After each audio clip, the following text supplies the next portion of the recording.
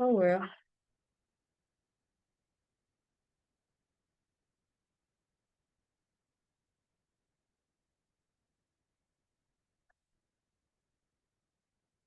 Okay, so I guess we lost a few minutes because I wasn't recording. All right, so the grant writing process is usually divided into three stages. The initial planning and research stage, the writing and submission phase, and then the post-submission activities slash follow-up stage. Now, in the initial planning and research stage, that's where you visit websites to find grants that are in line with your organization, and then you research. The research you'll be doing will be, can this organization fund my business? Am I qualified to apply? Have they funded businesses like mine in the past? That's what you do in the research phase. And then you also research, what are the requirements? Will I be needing a business plan? Will I be needing a pitch deck? Will I be needing a proposal? Will I be needing my CV or my bank statement, that statement of account from your business bank account? By the way, if you are a business here, I should encourage you, if you do not already use your business account, to please do so. It's very important. Now, the next stage is the writing and submission phase. This is where you actually click on the apply button, you open the website, and then you see, if there are forms to be filled, if there are attachments to be attached, and then you submit. Why the post-submission activity and follow-up? Well, generally involves you sitting down by your phone and watching your email to see if you get any communication from the organization. You could get an invitation to the next stage, which may require maybe a physical interview or an online interview, or maybe it requires you coming to a physical meeting to meet with them, and all that. We'll be looking at all this. Okay. Give me a minute.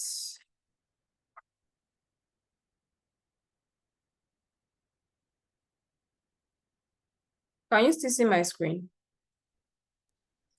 Yes, I can see your screen. Yes. Okay, give me a minute. I seem to have lost control of the presentation. Okay, it's back.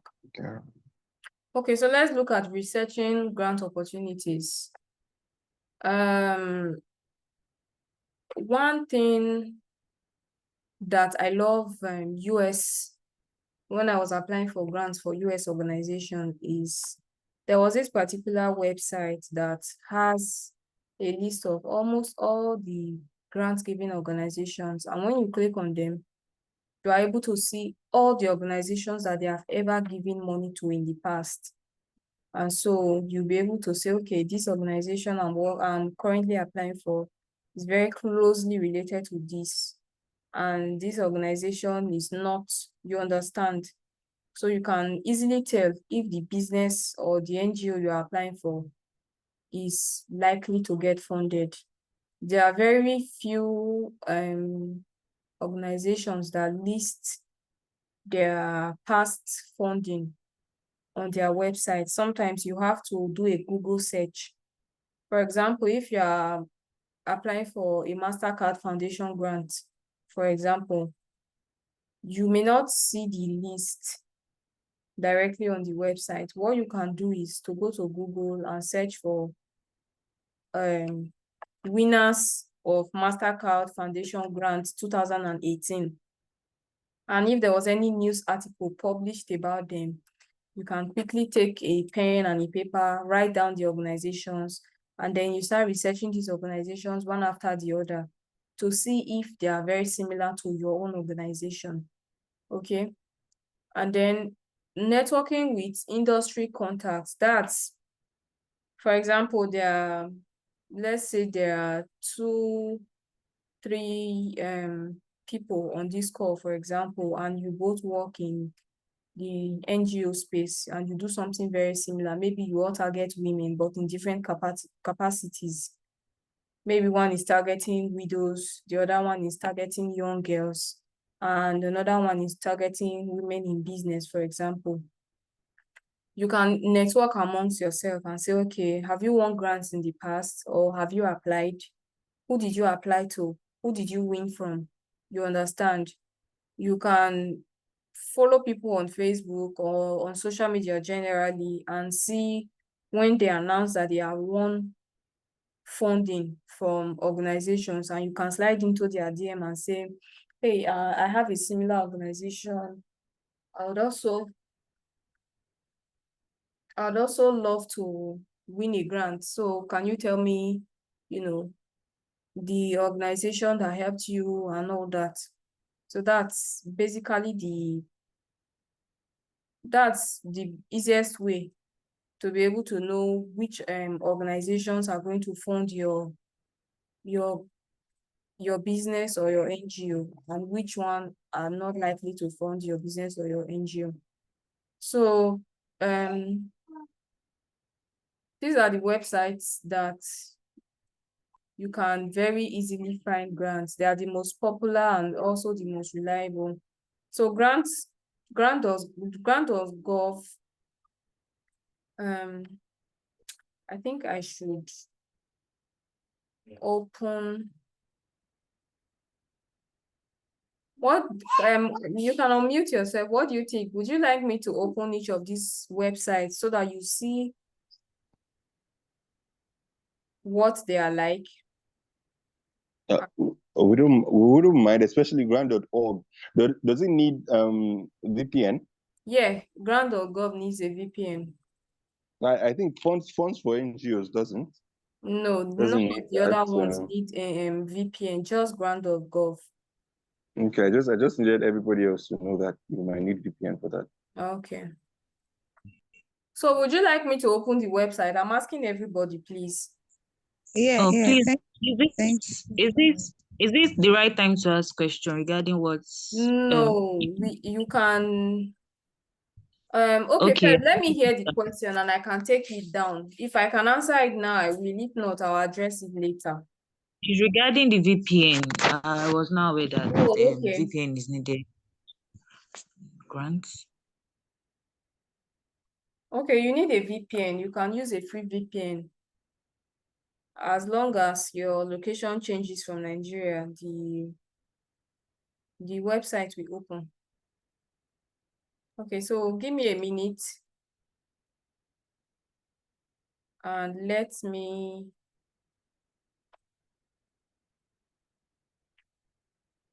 open the website.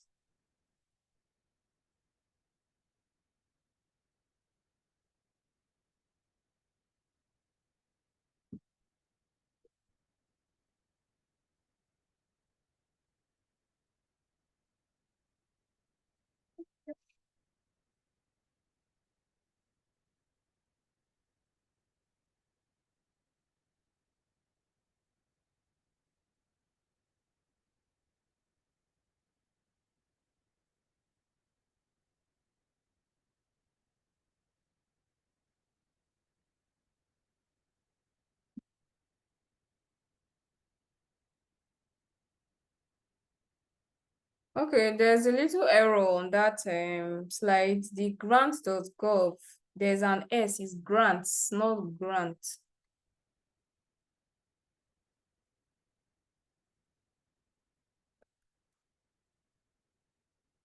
So please note it.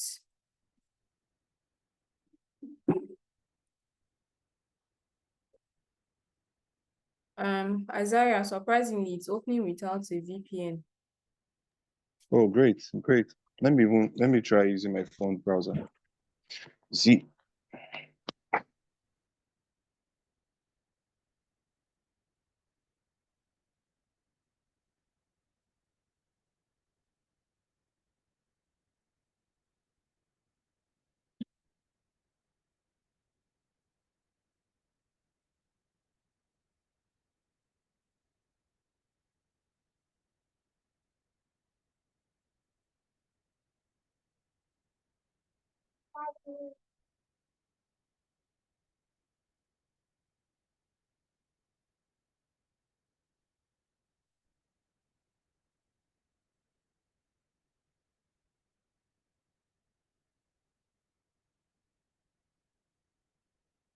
And the last one is average diagnosis.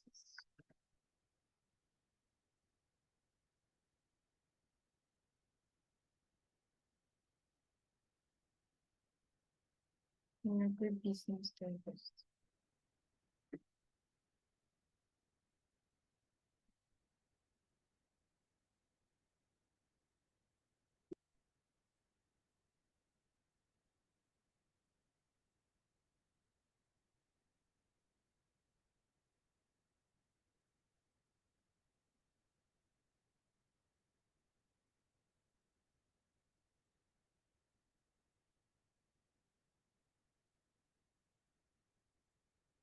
Please let me know if you can see my screen.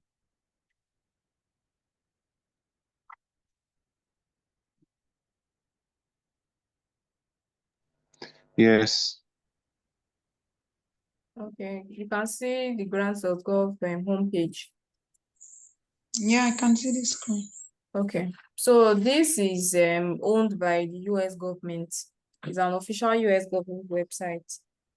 For those of you who run NGOs or who work for NGOs, this may come in very handy. Okay, so we're going to click on search grants.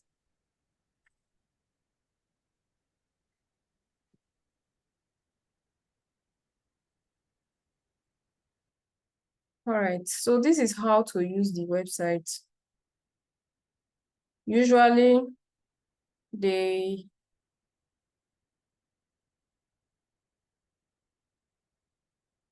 where's my mouse? Where's my mouse? Can you still hear me? Yes, I Okay. can hear you. Yes. Okay, so usually this is how they Yes. list grants. They list it with the opportunity number, the opportunity title, and then the agency that's giving the grant, the opportunity status, and the date it was posted, and the date going to be closing. So you can use any of these to filter the search results. Okay, so let's use the keyword Nigeria. And then here, if you check the left-hand side here, you see opportunity status. Forecasted means they know that this organization or this grant is going to be available. They are very sure. Posted means the grant has already been posted. It's currently open. Closed means it has closed. The opportunity has closed. While archive means these ones have closed a long time ago and they are no longer open, or they are not sure if they are going to be open anymore in the future. And so they are archived. So we'll be looking at forecasted and posted. So let's search. All right, so these are the results that we have gotten. Okay, so is anybody from Bramble here?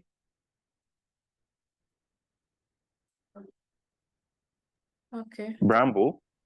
Yeah, I'm expecting 3 individuals from certain organizations, and they have not showed up.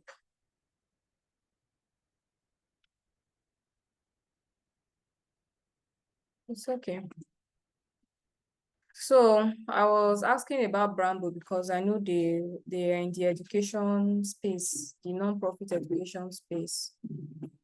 So for example, this USAID Nigeria Education Crisis Response, we have a lot of out of school children. So let's look at this one, for example.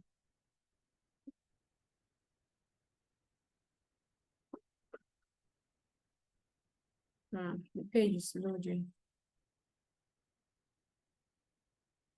I believe. All right.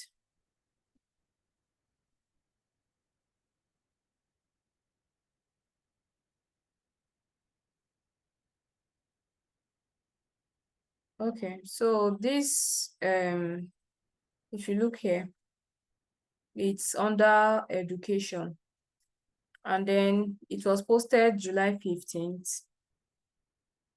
Oh wow, this is 2014.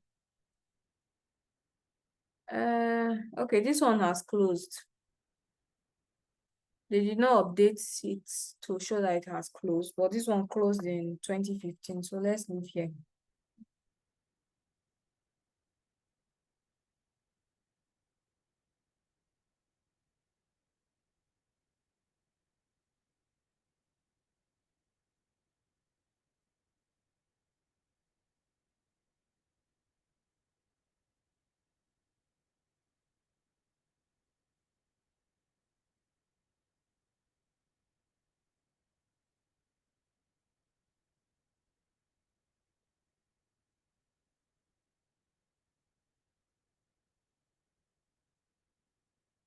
Okay, so let's look for one of them that was posted very recently.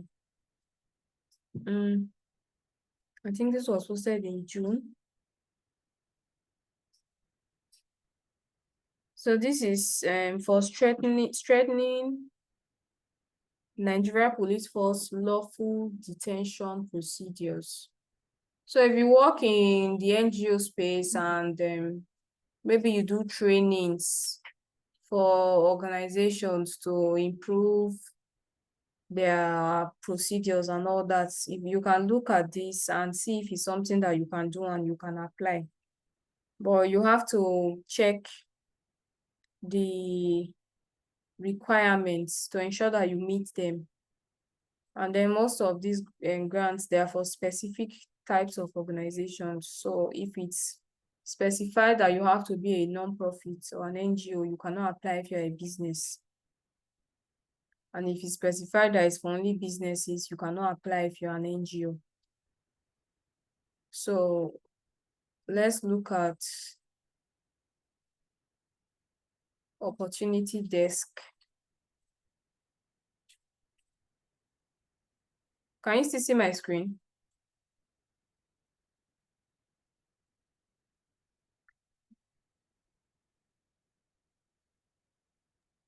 Okay, so this is It's loading. Opportunity Desk.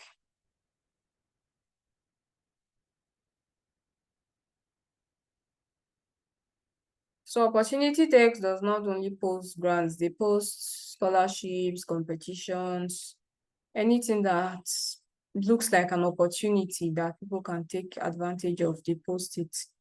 So if you are looking for a grant, you just come here. The filters are at the top and click on grants, and it will bring out the opportunities that are solely categorized as grants for you.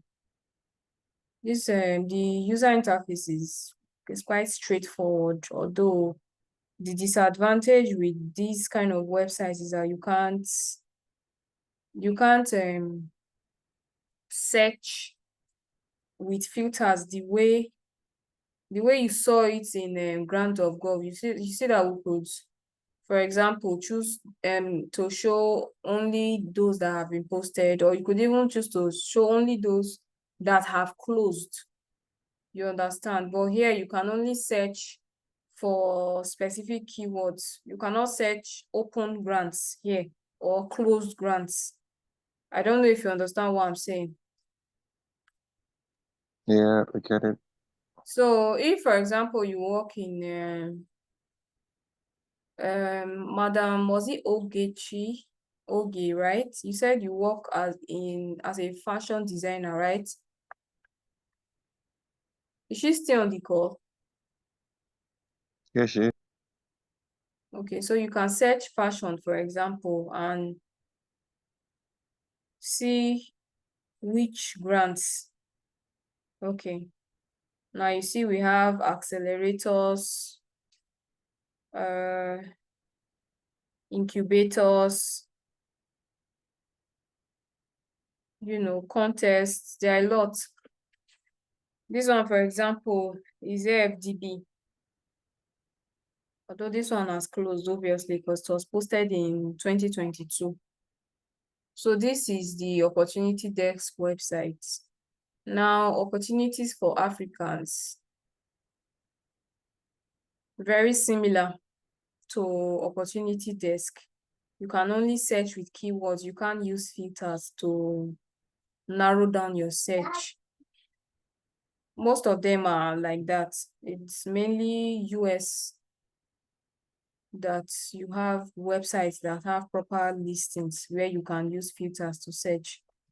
This is MSME Africa. If you're a business owner here, this is where you want to be spending most of your time because they are focused on micro, small, and medium enterprises. So they post a lot of opportunities for businesses that other websites may miss. If you have noticed anything since we've been looking at opportunity desk, opportunity for Africans, and even this MSME, you will notice that accelerator, accelerated, fellowship, they keep coming up. If you are looking for a grant that is just grants, just send in your application and they give you the money, you'll find few. But if you target accelerators and fellowships that come with the promise of money, you find a lot. Okay, so which one is left? Okay, we have fund for NGOs. This one is strictly for NGOs, as the name implies, although I can see here that they also list some for companies, even individuals, according to their websites. Okay, so just like the others, search with keywords. And then the last one we'll be looking at is Agribusiness Digest. This one, they tend to focus more on agriculture.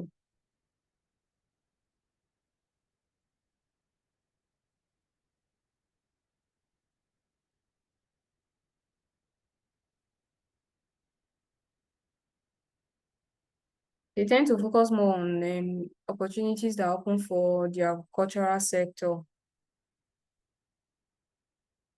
And then they also have news and some web articles and all that. Okay, so I think we can go back to our presentation now.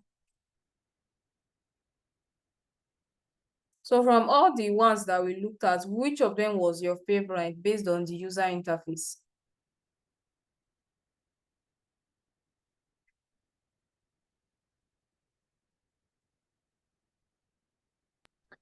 I would say the grants.gov because it has better search the search engine is Yeah. very efficient there. Yeah. I also But then say grant. I like the other ones too because it is more appealing to the eyes. Grant.gov looks dull. Yeah, very dull, but very efficient. Yeah.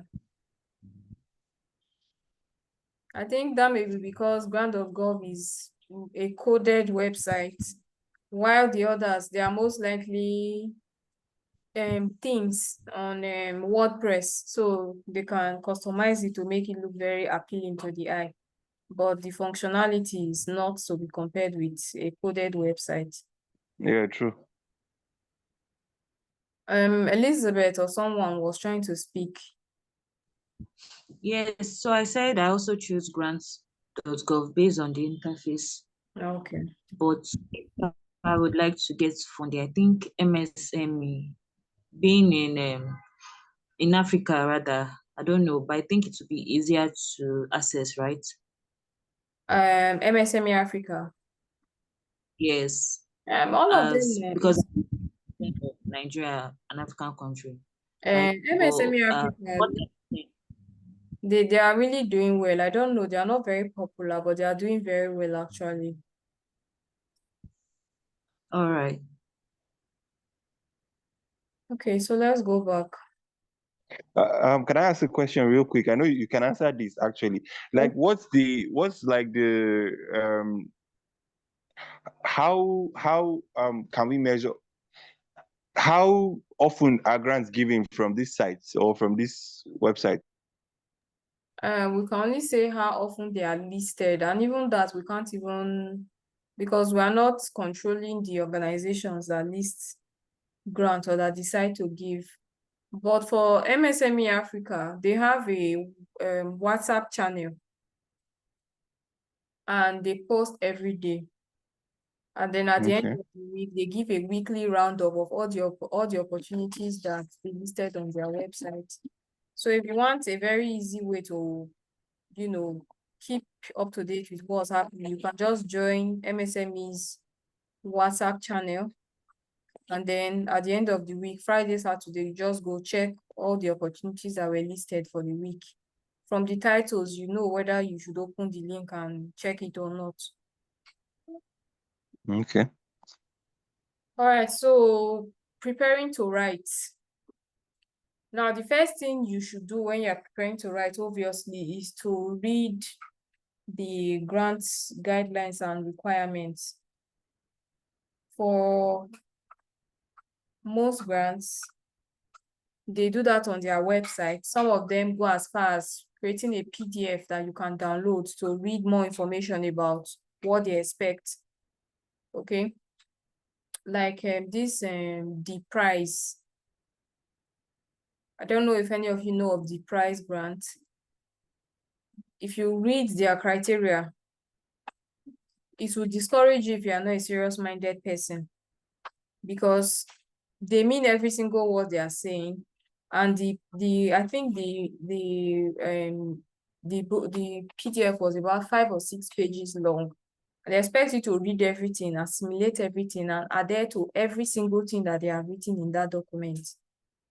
But there are easier grants that they just use bullet point on an Instagram post to say, have your business registered, have a business bank account, your CAC registration, of course, your tax identification number, your statement of account, active social media pages, simple requirements.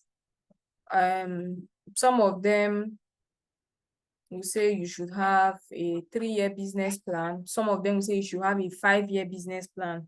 So you should always pay attention to details like that, because if you are applying for a grant, asking for a 5-year business plan with a 3-year business plan, it toss out your application from the very first stage. And then the next thing is aligning your project or your organization with the funder's priorities. Now, this is a little bit dicey, because the thing with grants is, like I've been saying, they're not really free. The people who are giving you the money, they expect you to have good results, because they work hard for their money and they would not like to see it go to waste. So say, for example, your organization focuses on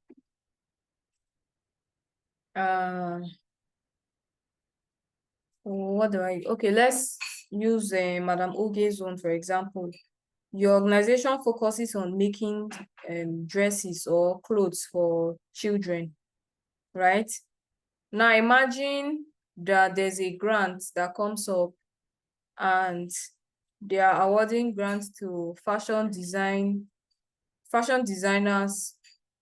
who focus on women. That's just an example. Now you may be tempted to apply and say, wow, 5 million naira, I don't want to miss this money. And then you apply. And when you are applying, you tailor your organization to say, okay, yeah, I can sew for women, da da da da da da da da da. At the end of the day, when they are checking your website or they are checking your social media page, they come across posts that are saying your organization's mission is to clothe children beautifully. You understand?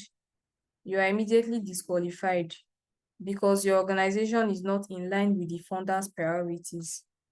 So you should always go after grants that fund what is in line with your organization.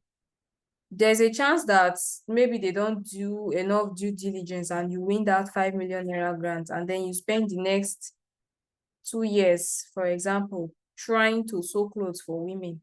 Then you remember the stress that women used to give you when you were sewing for them, and you decide, I beg, I can't continue. After all, I finished the 5 million naira, and then you go back to sewing for children. At the end of the day, you would have derailed your organization for 2 years. Those 2 years, you could have used it to become the #1 fashion designer for kids in the country. But because you looked at another mission or another vision because you wanted a funder's money, you have derailed your own mission and vision. So as much as your organization should be in line with what the funder wants, the funder should also be in line with what your organization wants. It has to be vice versa. You don't just tailor your organization after every single grant that you find. You understand? The only way I would say you can tailor from here to there is maybe you have an organization that just focuses on an issue broadly. For example, you focus on empowering women. You have not really defined how you want to do that. So if you find a grant that says, okay, we want to train women in partnership with an NGO, you can say, okay, this is what I'm also after. I'm also after empowering women. And so you apply for the grant, you get the funding, and then you train women. You understand? You get another one that maybe this time around, they are not training women, but they are opening businesses for them. You can then say, okay, yeah, this is also in line with what my organization does, and then you apply. That way, you are not derailing your organization, but every grant that you are getting, even though you are handling different projects, they are all contributing to your organization's visions and missions. Okay? And then you check if you meet the eligibility criteria. Like I've already said, you have to make sure that you meet 100% of the eligibility criteria. If you meet it 98%, well, you may not get it because grants they can be very competitive, unless maybe the niche is something that there aren't a lot of organizations vying for it, and then you can say, okay, well, not much, let me apply, and whatever it is I need is something I can easily get. All right, so assessing your organization's needs and capacity. Now, when you are applying for grants, you have to put it at the back of your mind that there are some grants that pass your power. You understand? For example, you've been operating very small. Maybe you are teaching, maybe teaching computer literacy to students, for example, and then you see a grant that is offering $200,000, which is over 400 million naira. Yeah, it should be up to or more than. And then you get a grant that is offering that kind of huge amount of money, and then you check their mission, and they are saying their mission is to empower or to empower 100,000 children to be computer literate, and then they are giving a time span of 3 years. Your own organization, you only have 2 employees. You have not trained more than 100 students. Okay? If you want to sit down and be honest with yourself, the amount of work and even resources that is going to take you to execute that kind of a project is going to be too much. It's going to be very much, too much for your organization. You have not yet gotten to that stage. And so you have to evaluate, are you capable of handling this project that you are applying for? Are you capable of executing it and delivering the results that the organization wants you to deliver? Okay, so when you do that, you do what we call a needs assessment. What does your organization need to be able to execute this kind of thing? You are not ready now, but you need to do a needs assessment so that you can be ready in the future. Okay, if your organization, if you do a needs assessment for the project, you see, okay, you need maybe 100 staff and you already have 60, or you already have 70, or they want to train 10,000 students and you have successfully trained maybe 1,000 at a particular time in one batch. You can say, okay, what do I need to be able to handle this? For some, it's going to be humongous. For some, it's going to be very little. So when you conduct a needs assessment, you identify what are your strengths, what are your weaknesses, and what are the areas that you need to improve in. So at every point in time, it's important that you document everything that you are doing. You document everything that is going into your organization in terms of resources and everything that is coming out. You document the impact that you are making. Are you helping 10,000 women? How are you helping them? How many staff have you used? Are you using volunteers? How many volunteers did it require for you to help 10,000 women in the past? You understand? Or if you are making, if it's a business, for example, you are making maybe 3 million naira profit. You want to make 10 million naira profit. How many staff do you have? Say, for example, you have a fish farm. You have just 3 staff on ground and you are producing maybe 10,000 fish every month. If you want to expand, what do you need? Are you going to need to employ 10 more staff so that you'll be able to produce 10,000 fishes? Do you need more ponds? Do you need more nets, more vehicles for transportation, stuff like that? So that's what you do in a needs assessment. You evaluate where you are, evaluate where you are going to, and try to see what is needed in between. Okay, then if you notice when we were on grant.gov, you will see that they posted, in fact, I think all of them, most grants, when they list, they post when the grant is opening and when it's going to close. However, for grant.gov, they do something extra. They are able to forecast grants. So if you are using grant.gov as an NGO, for example, you'll be able to see grants that are not yet open. You may see grants that are going to open in December of 2024. You quickly go, you read, what do I need to apply for these grants? Okay, I can get this and this. I can get everything that I need before December. And then you start preparing for them. Now, this is where a grant calendar comes in. A grant calendar is just a simple way of managing the grant writing process. When you open your grant calendar, it should look something like say, okay, this is a calendar. I don't know if you can see. This is July. You can mark here and say, okay, grant opens here, grant closes. And then you can mark up dates on your calendar that, okay, by 10th of July, I must have prepared my business plan. I must have gotten it ready. By 12th of July, if I didn't have my tax identification number, I must have gone to FIRS to get it. It's just a way of having a visual reminder in front of you always, so that you are always doing something every day to ensure that you are tracking your progress. And it also helps when you are applying for multiple grants, because you can get deadlines mixed up in your head. Okay, you can be applying for 2 grants. One is expiring or closing 22nd, and the other one is closing 27th.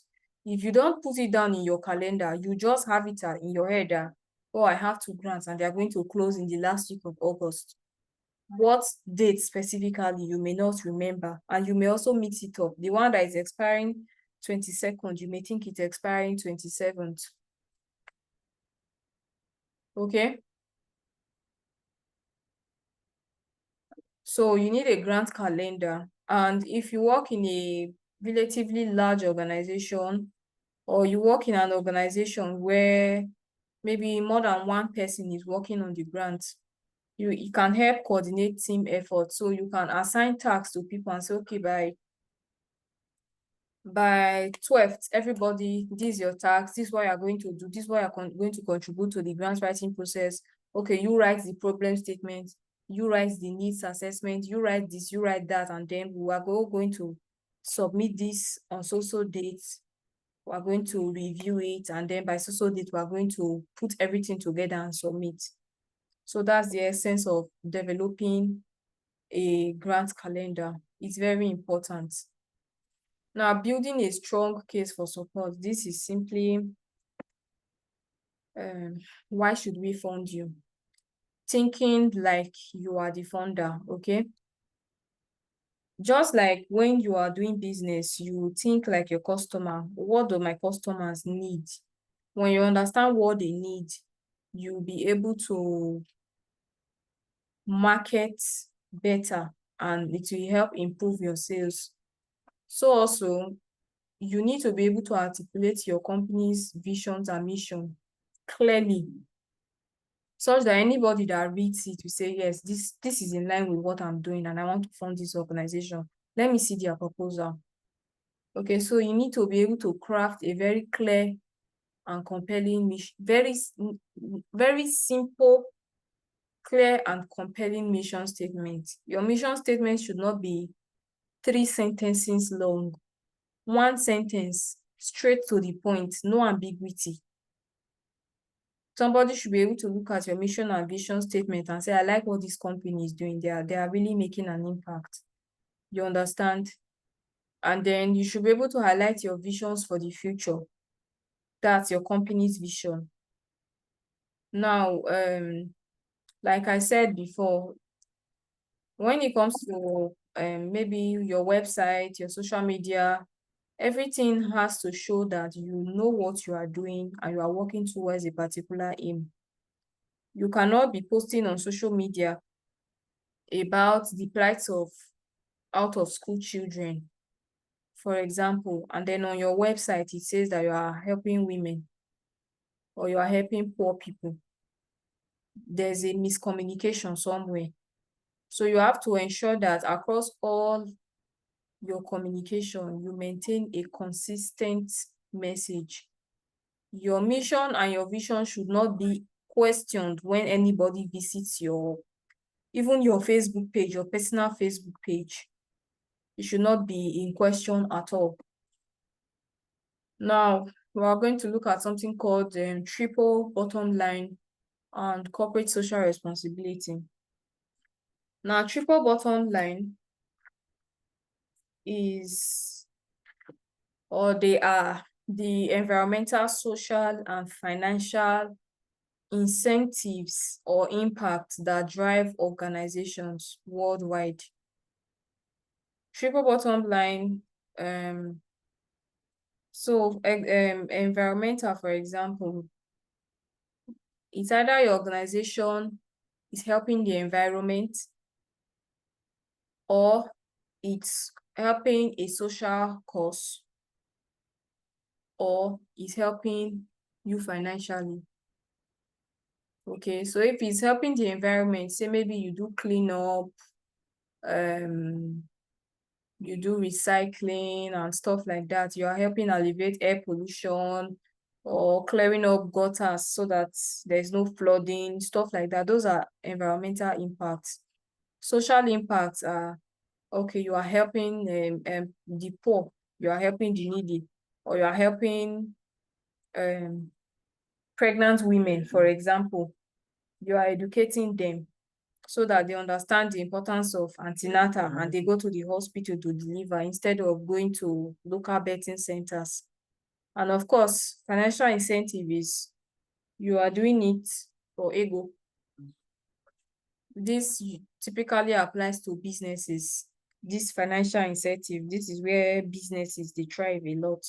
While NGOs, they tend to focus around environmental and social issues. So whenever you are applying for a grant, always keep it at the back of your mind that the grant should be helping you to either increase your environmental impact, your social impact, or your financial incentive. It should be giving you financial incentive. Now, corporate social responsibility is more this concerns the grant giving organizations more. Okay, a lot of grant giving organizations, some of them give out money because they really love people. Some of them give money because there's something called corporate social responsibility now that businesses have to contribute to. If you read the reports that a lot of businesses publish, like Coca-Cola, MTN, and all these other big organizations, you see that they have a part where they say, oh, we're able to touch 20,000 lives via so course that we supported. So corporate social responsibility, when you are looking at a grant organization, try and check what is motivating them. Okay, if they are highly motivated by social impact and your organization is also focused on social impact, then you know that, yeah, the high probability they are going to fund you. Okay. Now, the sustainable development goals, there are 17 in number. They are something that you should know as how it relates to your organization. You should be able to say, even if you are a business, you are in it solely for the money, you should be able to check at least one SDG that relates to your organization and try to contribute to it. Okay, so for example, you are a business, you sew clothes just like Madam Oge. You can focus on industry, innovation, and infrastructure, for example. You read up on the SDG and try to see how, in your own very little way, you can contribute to this SDG. The thing with SDG is, if you are able to prove or to even mention how your organization is helping attain SDGs, you attract investors a lot, because the SDGs are the reasons why organizations now involved in corporate social responsibility. So it's like, you know what the funder wants, and you kind of bait them by being good at it already. Okay, if you are known for okay, for example, you are a tailor, you have what they call pieces or patches. Madam Oge, can you hear me? Is she still on the call?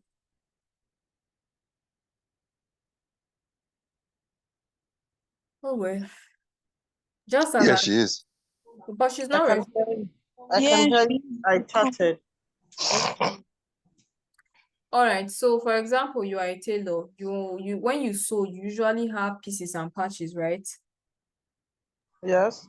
Instead of throwing those things away into the dustbin, if you can find a way to gather them and donate them to an organization that is involved in recycling, you just put it on your website or your social media page. Show a picture where you packed everything in a bag, and show a picture when you are donating it or when they come to pick it up. As little as that thing is, organizations will be very interested in funding your business. Not necessarily because they are so happy that you are good, but because if they fund your organization, they cannot put it on their own website that they are helping recycling activities by funding businesses that involve in them. I don't know if you understand what I'm saying. So no matter the business that you are doing, there's always one or two SDGs that will relate to your business or your NGO. If you're an NGO, you have more options. There are NGOs that they focus on as much as 4-5 SDGs. Okay, so try and include that in your, if you can include it on your website include them in your operations to begin with anyway. Now, how to demonstrate need and impact. You demonstrate need and impact via data. Okay, should be able to say, we have recycled 20 bags of fabric, 20 bags of leftover fabric. Should be able to say, we've been able to help 100 women to start businesses. You need data. Now you can use Google or AI tools, whichever one, to search for the kind of data that you can use to substantiate your need. If, for example, you are a business person, let's look at business, then we'll look at NGO. Say, for example, you are a business person and you need money. You are a woman-owned business. You can simply look at data of how much are women, businesses owned by women receiving in funding compared to how much money men-owned businesses are receiving, and put that in your need, that you are in need of funding. Typically, women-owned business receive 70% funding than men-owned business. You are demonstrating need. If you are an NGO, you can look at the specific topic. Okay, you can look at a specific topic, the number of out-of-school children in Nigeria, or the number of young women who are in need of mentors, stuff like that. You use data, you quote the source, you say according to WHO or according to so. And then when it comes to proving impacts, you need to demonstrate that you have made impacts in the past. There are very few grants who target businesses that are yet to come up. Even if you are a business that is just coming up or an NGO that is just starting out, you can still use data from similar NGOs. You are not the first NGO that is targeting women. There are many NGOs that have been able to target women. You can say, okay, this NGO that operates in another part of Nigeria, they do something very similar, and they've been able to impact the lives of 50,000 women. Now we want to do the same thing in so and so area. You understand? That's for NGOs or organizations that are just starting out. But if you are not starting out, you need to demonstrate impact. Even as little as you have helped 10 people is very important. Okay. And then you also use the same data to project the future benefit and outcome that you are expecting from your organization. So you should be able to say, in 10 years, we hope we'll be able to impact the lives of 10,000 women. You understand? Even if you're a business, like your tailoring business, and you have apprentices, yeah, you should be able to say, we currently have 4 apprentices, and we hope that by the end of, in 5 years' time, we would have trained at least 50,000, I said 50,000, 50 apprentices, empowering them with the skill of tailoring and helping them set up their own businesses. Okay, so stuff like that. So you need to be a little bit good with numbers, just how to write down numbers to make it look like, or to show that your organization is doing something important. So what are the components of a grant proposal? Just like if you have a business plan, you know the first thing is your executive summary. Now, your executive summary is an overview of your project or an overview of your organization. You typically say, okay, so organization founded in so are involved in that. These are our goals and our objectives. We have been able to do this and do that. We're asking for so and so to fund our project, which is going to cost us so and so. Those are the key elements that are involved in, that are expected in your executive summary. I usually recommend that you Write a very short draft of your executive summary. Imagine that someone is asking you about your project and you are responding. Record it and then write it down and keep it aside. Then write the remaining part of your grant application. And when you are done, go to every part of the grant application you have written and take out the key information. Compare it with what you wrote at the beginning, and you'll be able to make a very good executive summary combining all this information. So to craft a compelling executive summary, you need to, like I said, summarize the key proposal elements. If you talked about your need, summarize it. Your solution, you summarize it. Your funding need, your budget, everything. Just summarize everything, highlight the important details, and ensure that it's not boring. It's not something that somebody will be reading and be like, this thing, when does it end? Okay. So you need to make sure that your executive summary is easily readable and it keeps the attention of the reader, because sometimes your executive summary is the only thing they will read.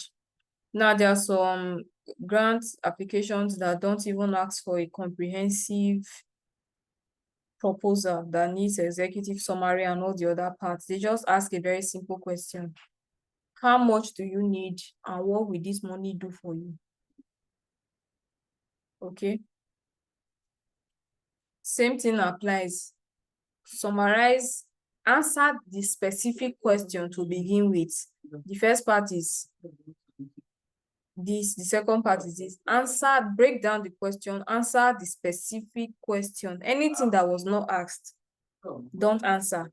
If, for example, they ask you, what is the problem your organization is solving? They did not ask you for the solution. They said, what is the problem your organization is solving? That's where you talk about the problem. That's where you say how many women are not able to feed their family after they become widows, for example. It's not the time for you to say the solution we are offering is. If they don't ask, good and fine, but always answer the very specific question that you are being asked. Adding any other thing can reduce your chances of being funded. Okay, so your need statement, this is usually where you talk about what your organization is doing to solve the problem anyway, and even the problem. So you articulate the problem. How many children are out of school in Nigeria? 20 million. How many of them are in the north? 15 million. So obviously, 3/4 of out of school children in Nigeria reside in northern Nigeria. That's huge. Okay, you incorporate data as you are writing, as the way I'm calling this 10 million, 15 million, 3/4. Those are little things that you do to make your proposal very attractive. If you say 15 million out of 20 million, it could sound very vague. But if you are saying something like 3 out of 4 school children who are out of school reside in the north, or it's not 6, that's 6, 8, let's say 8 or 7.5 out of 10 school children, children of school age who are not in school reside in northern Nigeria. You see, it makes the person imagine 10 children lined up and they count 7 plus half and they are not in school and they are all in northern Nigeria. So it makes your case more appealing. Okay, so you need to be able to use quantitative and qualitative data to buttress the needs that your organization is solving, or the problem your organization is solving. Then, like I said, you use data, incorporate relevant statistics, use historical context, and highlight affected population. So the population of children who are out of school, they are from low-income families. Most of their parents are farmers, you use Google to search all these things. There are a lot of articles that you find. Okay. And then the next thing is goals and objectives. So here you need to highlight the goals that your organization wants to achieve, either as an organization or with a particular project, if it's a project grant. So your goals need to be SMART. SMART meaning they need to be specific. You cannot say you want to help children in northern Nigeria. Be specific. Out of school children. Even more specific. Children between the ages of 4 and 15 or 4 and 12. They need to be measurable. That is, you want to help 100 children or you want to help 100,000 children. You need to put a number on it. You cannot just say you want to help as many school children as you want to help. And then they need to be achievable. If you're asking for a $10,000 grant, for example, you cannot be saying you want to help 100,000 children. How much is it going to cost you to help one child? Okay. So they need to be very achievable. It should not be so big that the funder say, our money will not even do anything here. It's like a drop of water in a well. Let's not bother. They'll rather fund someone who is asking for $10,000 to help 1,000 children or 100 children, because they can calculate and say, okay, this person needs $100 to help one child, and that's achievable. You understand? And then they have to be relevant. If you are serving out of school children, for example, your goal cannot be empowering families, because we are not focusing on the families here. We are focusing on the children. So your goals need to be very relevant to the project or your organization's mission and vision. And then they also have to be time bound. You need to tell them how much time is going to take you to achieve what you are setting out to achieve. Now you align your goals with the project outcome. Usually when they are announcing for grants, they have an outcome in mind. They have an outcome in mind that is their own interest, invested interest. So your goals need to align with the project outcome. For example, MasterCard Foundation, if you check their website, they are very interested in youth empowerment. So they fund a very wide range of businesses, but whatever it is that you are doing, the aim should always be that people are going to get employed or they are going to be empowered to start their own businesses, and these people need to be youth. So you need to align your goals. If you are doing a training, for example, you are an interior design company and you want to train people on the skill of interior design, you need to explain to MasterCard Foundation how this is going to empower the youth.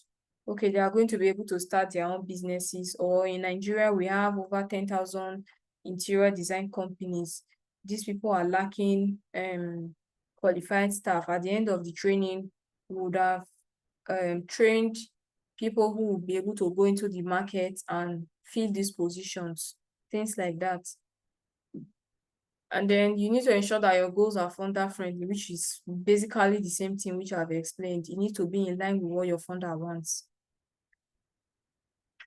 Okay, so I think this is also the same thing. Okay, now the only thing I'll explain here is tailoring your language to align with your funder's terminology. If you visit websites that list grants, you will notice they are using certain words repeatedly. MasterCard Foundation will be using youth empowerment, youth empowerment, youth empowerment. Others could be using children, out of school children. Some will be using business women, women in business, stuff like that. You need to ensure that when you are writing your proposal, these keywords appear. Okay? You need to ensure that these keywords appear, maybe not the same way. You could paraphrase. Let me turn off my video because it's about to get dark here.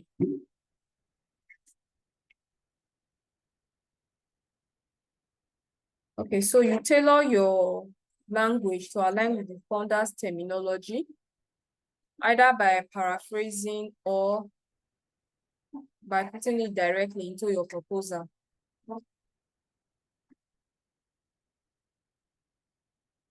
Now, your project description and methodology, the next part. This is where you tell the founder exactly what it is that you want to do. You need to explain step by step what it is that you are going to do. How are you going to be doing what you say you want to do? Okay, this is very important because this is where you demonstrate to the founder that you know what you are doing and you have a plan. You are not just applying because you suddenly saw a grant pop up and you want to try your luck. This is something you have thought through, you have planned out, you have written down your plans, and you are looking for who will help you execute it. So you need to tell them what you are going to be doing, who is going to be helping you do it, to ensure that you have the right staff to help you. And then you also outline what you are going to be needing. For example, if you are needing classrooms or you are needing training equipment, stuff like that, you need to outline it in detail.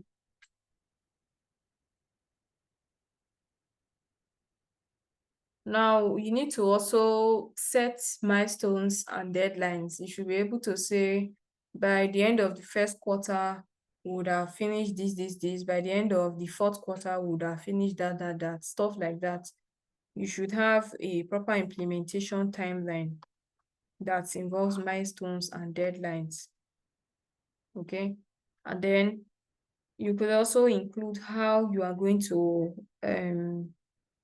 address challenges and contingencies as they come up. So if, for example, you are doing a training, you want to train 100 people, challenges you may face may be maybe people dropping out or low turnout, maybe because of data issue and stuff. You should be able to say, okay, I'm going to provide data at the end of every month so that people do not drop out of the online course and stuff like that. If you are training women on ground, you could say when they come for the program, at the end of the program, you give them transport money back. You understand? And then you need to ensure that whatever it is you are planning to do, you are setting a realistic timeline. You cannot say you want to train 100 women. You can't say you want to train 100 women in interior design and you say you are doing it in 1 week or in 2 weeks. What are they learning in 2 weeks only? How is that benefiting them? So you need to ensure that your timeline is very okay. And then you need to add an evaluation and sustainability plan. That is, how are you going to record what it is you are doing and the successes or challenges that you are facing in a way that it makes sense to your funder and to the public in general? Because a lot of funders, they want to learn from each funding round. Okay, so maybe you could do it with forms or surveys, maybe once or twice during the execution of your project. You could ask the women or the girls or the boys or the children questions. Okay, how are you seeing this program? What have you learned so far? What have been your challenges? And stuff like that. You can use forms, you can use surveys. You can also maybe use videos, recording videos and posting it on social media and stuff like that to do an evaluation and a survey. Okay, then you need to develop sustainable strategies post-grants. This is where not derailing your organization comes in. if you are derailed the organization from focusing on children and you start focusing on women, by the time the grant money finishes, what are you going to do? How are you going to sustain the organization or sustain the project? Okay, so you need to make sure whatever it is you are doing is something that even when the grant money is finished, it would have bolstered the organization such that you are able to continue. Even if maybe during the grant award, you were able to train 10,000 people, and then after the grant, you go back to training 1,000. At least your organization should remain sustainable. Your organization should not suddenly die because the grant money has finished, and you need to be able to show this to organizations. Otherwise, it will look like they are failures. If it comes out and say, oh, MTN funded this company in 2019 and the company has gone bankrupt in 2021, it will look bad on their own website, on their own CV when they are doing their own stuff. So they want to know that the organization they are funding is a very good organization that will be able to maintain operations even after the grant period.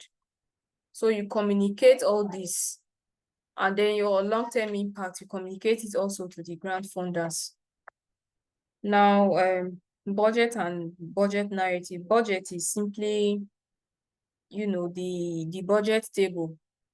10,000 for buying computers, 1,000 for buying for maybe electricity subscription, a very simple budget. Usually they ask for a very high level budget, while sometimes they will even send you an Excel sheet for you to fill, and they will ask for every detail. They will ask for how much are you going to be paying everybody involved in this project? What are all the things you are going to be purchasing? What are the fixed costs you are going to be incurring every month? And then what are the variable costs? Okay, so you have to, when you are planning a program or you decide that your organization is in need of a grant, itemize, okay, if I get a $10,000 grant, how am I going to spend this money? How is it going to help me? What do I need to do? If you're a business, say you get 5 million naira, okay, what am I going to purchase with this 5 million naira? Am I going to purchase an industrial machine? Or am I going to purchase maybe solar panels or something to eliminate electricity costs? And if I'm eliminating electricity costs, how is it going to help my business? How much savings will I be making, and where will those savings be going into? You need to be detailed. You need to ensure that every detail is included and it is correct. Okay, and then you need to align the budget with the project scope and activities. If you are training 100 people, you cannot be buying 200 computers. If you are buying 50 computers, then your project description should have mentioned somewhere that you will be having maybe two classes, weekday and weekend, maybe 50 people weekend, 50 people weekday, things like that. So the budget should be aligned with the project scope and the activities that you have outlined previously. And then in the budget narrative, you are going to be explaining to the funders why you need the items that you have specified that you need. If you say you are buying a machine, you need to say how much it costs. Maybe on Jumia, for example, you can say after you did your market research, it costs 5 million naira, or it ranged from 3.5 to 4 million naira, and the best grade is 4 million naira, or it costs 3.5 to 4 million, but they are all of the same quality, so you are going for the 3.5. Things like that. That's what you do in your budget narrative. And then you need to demonstrate cost effectiveness and efficiency. You cannot be going for the most expensive machine in the room when it's not your money. When it's not your money that you are using to buy the machine, or it's not your money you are using to execute the training, you need to be very cost effective. If maybe you are going to be feeding your participants in a training, you cannot be budgeting a plate of food 10,000 naira. They are not Dangote. Even if it means you share malt and small chops and meat pie, demonstrate cost effectiveness, spend money based on importance. The most important things should have higher figures, the less important things should have lower figures. It's common sense. Now, common mistakes that people make when they are making budget is the most common one, either underestimating or overestimating costs if you have not done proper market research. Sometimes maybe the funder is worried about, or you feel the funder may be worried about a certain item that is in your budget. You need to explain why that item is in the budget. Okay? And then you need to ensure that there's consistency between your budget and your budget narrative. Your budget cannot be saying $10,000 and your budget narrative, all the things you are explaining is looking like it's going to cost $50,000. It should be very specific. Explain everything as it is in the budget. Now, the next module is writing and submitting the proposal. Now, writing style and tips. Just like when you are writing to people who are not very knowledgeable in your field, it will not make sense for you to be using jargons and language that they cannot understand. It's the same thing in grant writing, because a lot of times grant organizations just invite people that, you know, they are not very knowledgeable or may not be very knowledgeable in the particular field, but they are very knowledgeable financially.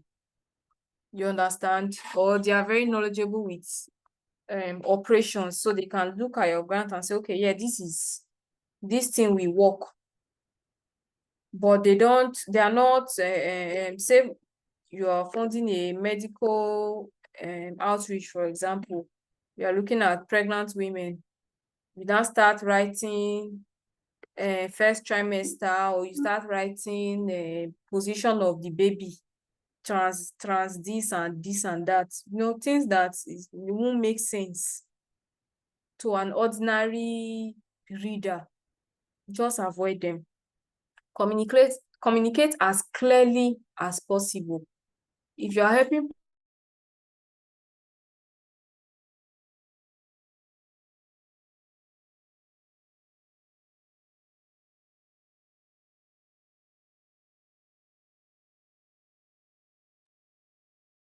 Can you hear me? Yes. I'm sorry, I didn't know I got disconnected on time. Where did you stop following?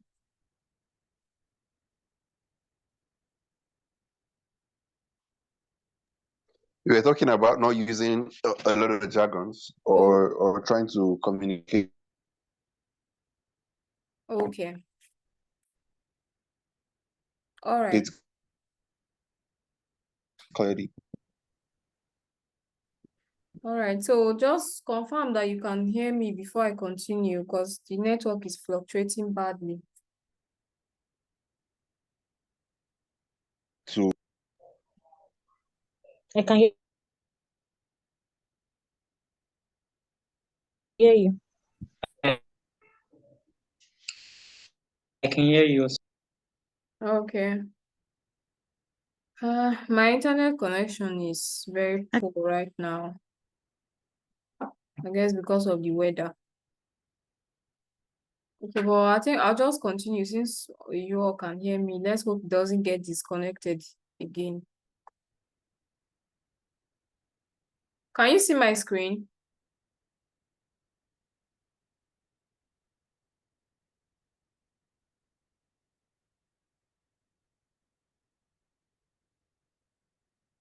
Can you see my screen?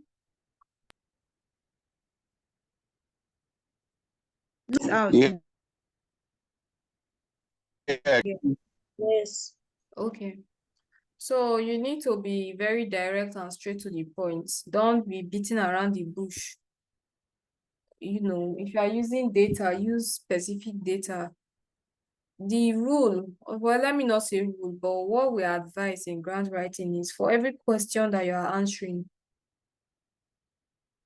try as much as you can to use 2 to 3 statements at the beginning to just, buttress your point and move on. Unless there are specific word counts, say they ask a question and they're asking for 1,000 words.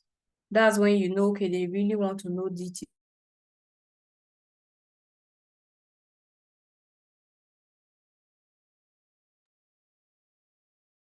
Hello, sorry about that.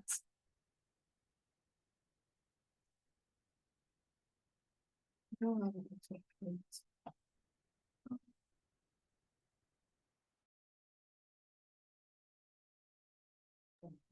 Can you hear me? Can you hear me?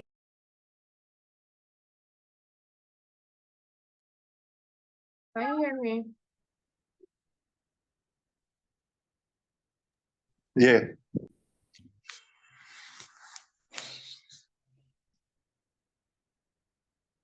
Yes, I can hear you. All right, sorry. I had to restart my phone. Yes, I can hear you. Okay. Okoyemi, are you from Bramble? Yes, ma. Oh, wow. I was expecting 3 of you. What happened? I think it might be that maybe their phone is not properly charged, Okay, you or do. maybe they're having network issue. Okay. Oh, thank you. All right, let me continue.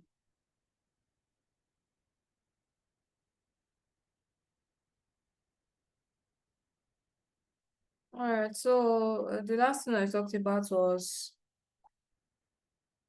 no, no. Well,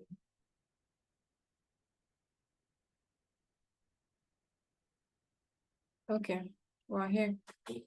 Okay, like I said, you need to ensure that if someone who is not in your feed picks up your grant proposal, they will not get bored because of how difficult it is to read. So you need to ensure that it's easily understood by different people. One way to do this is to have people check out your grant application before you submit. You can send it to a friend or a family member and say, please read this thing. Do you understand what I wrote? That's the easiest way. And then you need to use active voice when you are writing. If you remember when we were in university, then when we were doing projects, practicals and all that, they'll tell you when you're writing your report, you should report with your active voice and not your passive voice. Okay, so you can mix the two, but you should be more active. Okay, you should not be talking as if you are not the one talking to the funder. You should be saying, we will do this and we will do that, not this will be done and that will be done. I don't know if you get me. It should sound like you are reading or you are writing directly to, like you're writing a letter to someone. That's how your grant proposal should read. Now you can use passive voice maybe to mix it up a little bit, but it should be very few, like 80% active voice, 20% passive voice. Okay, so you should learn to balance both of them. There are certain sentences you want to make that it will be much better if you use a passive voice, but for most of your document, please use an active voice. Then the common mistakes, spelling and grammar. If you have Grammarly, it will come in handy here to make sure that your spellings are not wrong. And it can also give you grammatical suggestions to see if there's a better way you can rephrase your statement. And then the next thing is stay clear of unsupported claims. You cannot be saying pregnant women die mostly because of this and this, and there is no single data to support your claim. You cannot even quote WHO or anybody to support your claim. Okay, even if it's a local newspaper publication that you can find to quote, it goes a long way in helping your case. If you are just making statements, 10,000 children are this and 10 million children are that, without putting sources or at least putting a link that they can check to verify your claims, you may not progress in your grant application, because it be like you are just telling them stories to collect the money. So usually what I advise is, if you can, put the references inside the writing. If you can't, maybe because of word count or something, you can simply get a website that talks about majority of what it is you are trying to do, that is, supports your data, and include the website at the end. So they can click on the website and see everything that you've been trying to explain. It gives your proposal a lot of credibility. And then you need to ensure that your application is in line with the funder's requirement and the funder's guideline. If they say 1,000 words, you should not be writing 1,001 words. That's +1 will disqualify you. Okay? If they say use bullet points, you should use bullet points. Okay? Just basic guidelines and basic rules that you need to adhere to. You need to make sure that you adhere to them, because it will be a pity if you have a very good proposal but it gets thrown out because nobody even got the opportunity to see it. Because a lot of these grants organizations, they use AI and other advanced tools to filter or to weed out wrong applications from the bulk that they get. If they are saying 1,000 words and the computer scans your stuff and sees 1,005 words, then it just blacklists your own automatically. So they will not even get a chance to look at your proposal. And then even applications that are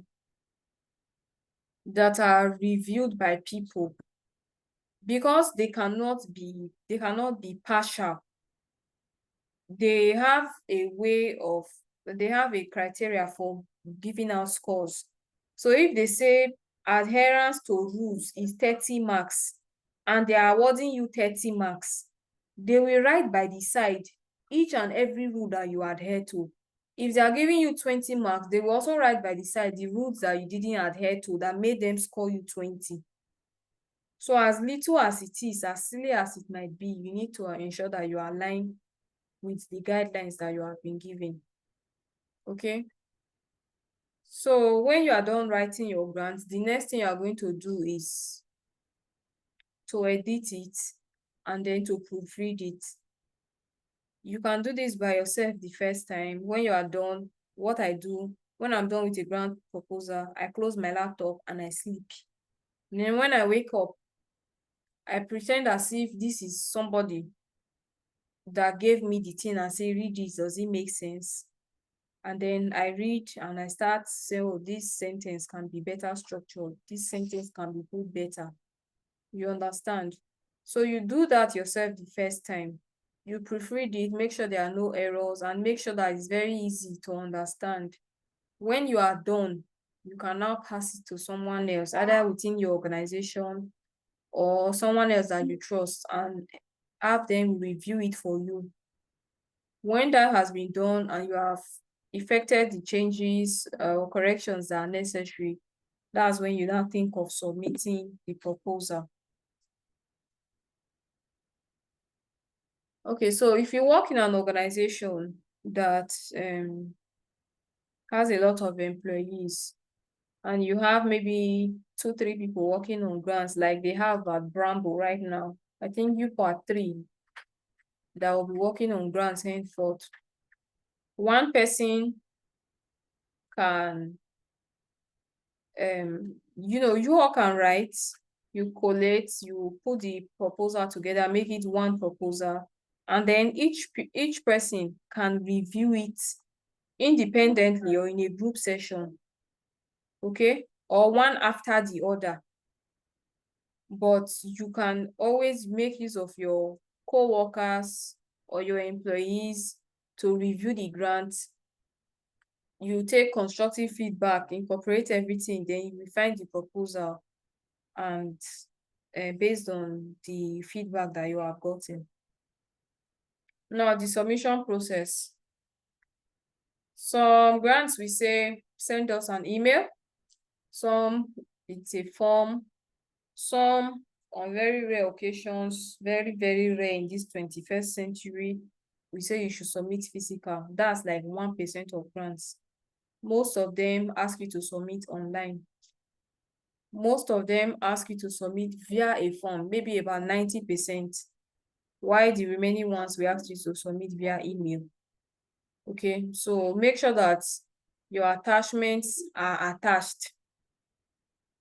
Whether it's a form or in fact, if it's a form, the form will probably not submit if you have not attached everything that you asked to attach. And then if they ask you to submit PDF, you cannot be submitting doc. If they ask you to submit JPEG, you cannot be submitting GIF or something else. Okay, if they ask for a video and they say the video should not be more than 2 megabytes, look for any app you need to look for on the internet to cut down the quality of the video until it's less than 2 megabytes. Okay, so ensure that you comply with all the formats and the length requirements. If they're asking for a 6-month statement of account,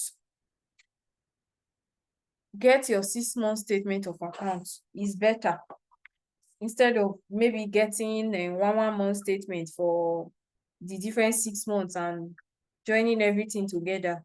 It's better you go to the bank and get your 6-month statement. Okay, now this is where having that grant calendar comes in, because if you have a grant calendar, you'll be able to set realistic timeline and say, okay, by these days I should have gotten this, by these days I should have gotten that. Usually it's when maybe the grant came up, you didn't notice it on time and you don't have a lot of time to even finish writing your proposal. That's when you have difficulty with meeting all these format and length requirements. So try and keep an eye out for grants way ahead of time. Okay. Hard copy submissions, like I said, are very, very, very rare. For electronic submissions through portals, you need to confirm that your submission was received. If you click submit, it should show your submission has been, accepted, or it should show you a message that shows that it has been accepted. And sometimes they also send emails to verify that they have received your grant submission.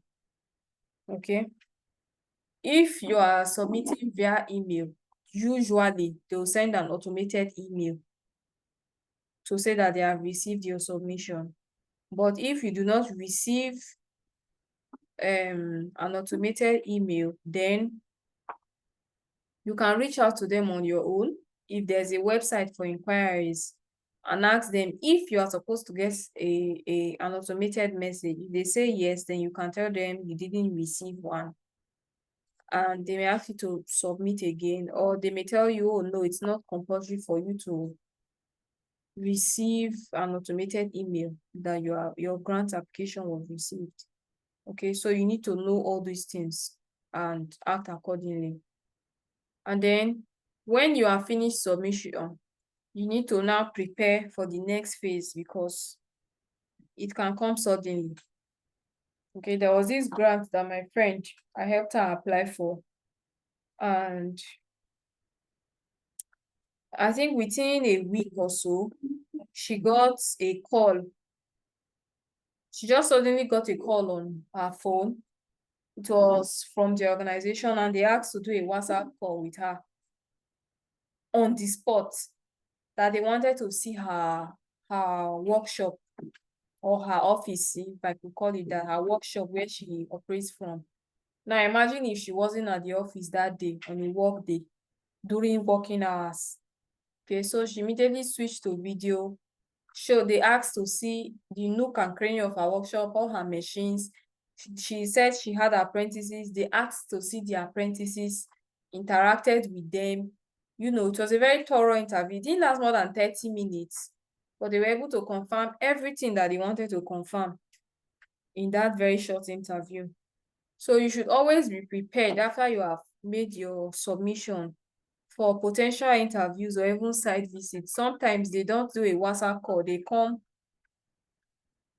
They come to your office directly, especially big organizations. They'll come directly to come and see your workspace. They want to see what you are doing. They want to confirm everything that you have said in your application. But usually, before they do this, they even do a little due diligence on your organization online. They check for your online footprint. Do you have a social media page? What do you post on your social media page? I'm even talking about your business social media page here. Okay. You said you've helped 10,000 women. Can they see it on your website or on your Facebook that you actually did this training? Okay, so you need to prepare for things like that. When you want to start applying for grants, you should start putting some of all these things in place. Now, post-submission activity. When you have submitted or you have won your grant, you need to prepare a report. Most grant organizations want you to prepare a comprehensive report at the beginning and at the end of your program, okay? This is where you highlight all the activities that you did, the challenges you encountered, how you were able to overcome them, the shortcomings, and eventually the impact you were able to make. If you initially set out to help 1,000 individuals and you were only able to help, say, 600, you need to explain to them why. Okay, why were you only able to help 600? Is it that 400 of them dropped out? Or did you make error in your budget estimation and the amount was not able to carry the project? Things like that, you need to put it. So this is something you worry about when you have won anyway. You need to be able to write a very good report, because some of these reports are going to make their way on even the international space. Okay. So now looking at building your funder relationship. Like I said, a lot of grant organizations, all they want is just a little bit of acknowledgement, okay? But even if they are not asking for it, you as an organization should find a way to recognize them. If you have a website, you can always update the website section where you talk about those that you are partnering with. Put their logo. Okay, if on your social media, don't, like I made a post the other day, you don't chop and clean mouth. When you get a grant, you announce it. Oh, I've won a grant from so organization to the tune of that amount. They are going to be our partners in this, in impacting the lives of 10,000 women or 1,000 women, 1,000 widows, things like that. So you always look for opportunities to recognize them. If you're organizing or you have maybe products that you give out, you can decide to print the products with their logos on it. You can print notebooks and put their logo and say our trusted partners. Very little things like that funders are made up of people. It massages their ego. It helps them achieve their corporate social responsibility. They are being seen in the eyes of the public as organizations that are making a very good impact in the lives of people, and everybody likes that. Okay, so look for every opportunity that you get to appreciate them and to show that these are the things that they are helping you to do. And then depending on the agreements, you have to provide regular updates. Sometimes when you win a grant, they assign a grant manager to you. That person is going to be in charge of keeping in touch with you from time to time to ensure that you are on track. And then if you have challenges, this is the person you're also going to be calling first to say, okay, look at the challenge that we're having here. They'll tell you, okay, this is what you can do and this is what you can do. You also share your news and your accomplishments with either this specific person or with the organization in general if they have not assigned a particular person to you. Okay. Then if the funders are having other programs or other projects, you can find time to attend, meet with them one-on-one and build that relationship, because a lot of funders, they do not really stop at funding you once. Sometimes they like your organization and what you are doing so much that they may even say they want to fund you for the next 3 years, for the next 3 cycles that will be giving out money. So find every opportunity that you can to acknowledge them and to build the relationship that you have with them. Now, the part that we all don't like, there's a popular saying that you have to apply for 15 grants before you win one. As discouraging as that may sound, is the reality. Okay. One of the reasons why you apply for so many grants and you get so little is because maybe you haven't gained enough traction yet to be able to attract in these grant funds. Another reason is your proposal wasn't good enough. Okay, or maybe the funder felt that their money was not going to be enough to make an impact in what you wanted to do, or your organization is simply not aligned with your funders and with the funders' mission and vision. So these are some of the reasons why people do not get funded. You make mistakes in the beginning, maybe you apply for 4, 5, and then you realize, okay, I've not gotten any grant. What is it that I'm doing wrong? When I get rejection letters for my clients, I always draft an inquiry email in response and send it to them and say, okay, please send this to the organization. Thank them for the opportunity to apply, and then ask, where did I get it wrong? What is it that I could have done better to have made my proposal get funded? A lot of times they don't respond, but a couple of times they have responded. Okay. So you can also try that. If you get rejection emails, send an email back as immediately if you can, and ask them, yeah, I know it's demanding, like I'm demanding something you usually don't do, but I really appreciate it if you can let me know why my application was tossed out or why my proposal didn't make it. But I usually advise this only if your proposal got to the next stage. Because if your proposal is getting tossed out at the very first stage, they are usually tossing out a very high number of proposals. Maybe they get 1,000 and they are streamlining it to just 100 for the next stage. So imagine them responding to 900 emails. So if you get rejected at the very first stage, usually maybe you didn't meet the criteria, or you didn't adhere to the instruction, or you were not aligned with the funders' goals, if you check these 3 reasons, usually it's one of those reasons. It's when you have gotten to the second stage or the third stage and you get rejected that you can ask for a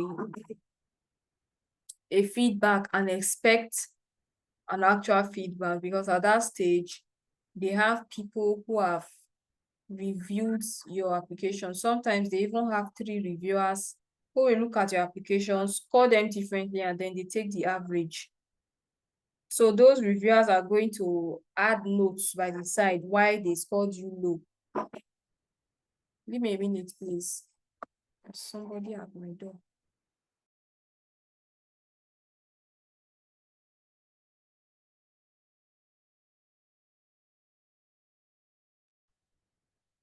Sorry about that.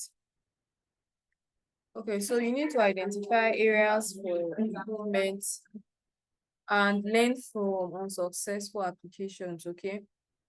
Try and reach out if you have gotten to subsequent stages and know what it is that you can do better in your next application.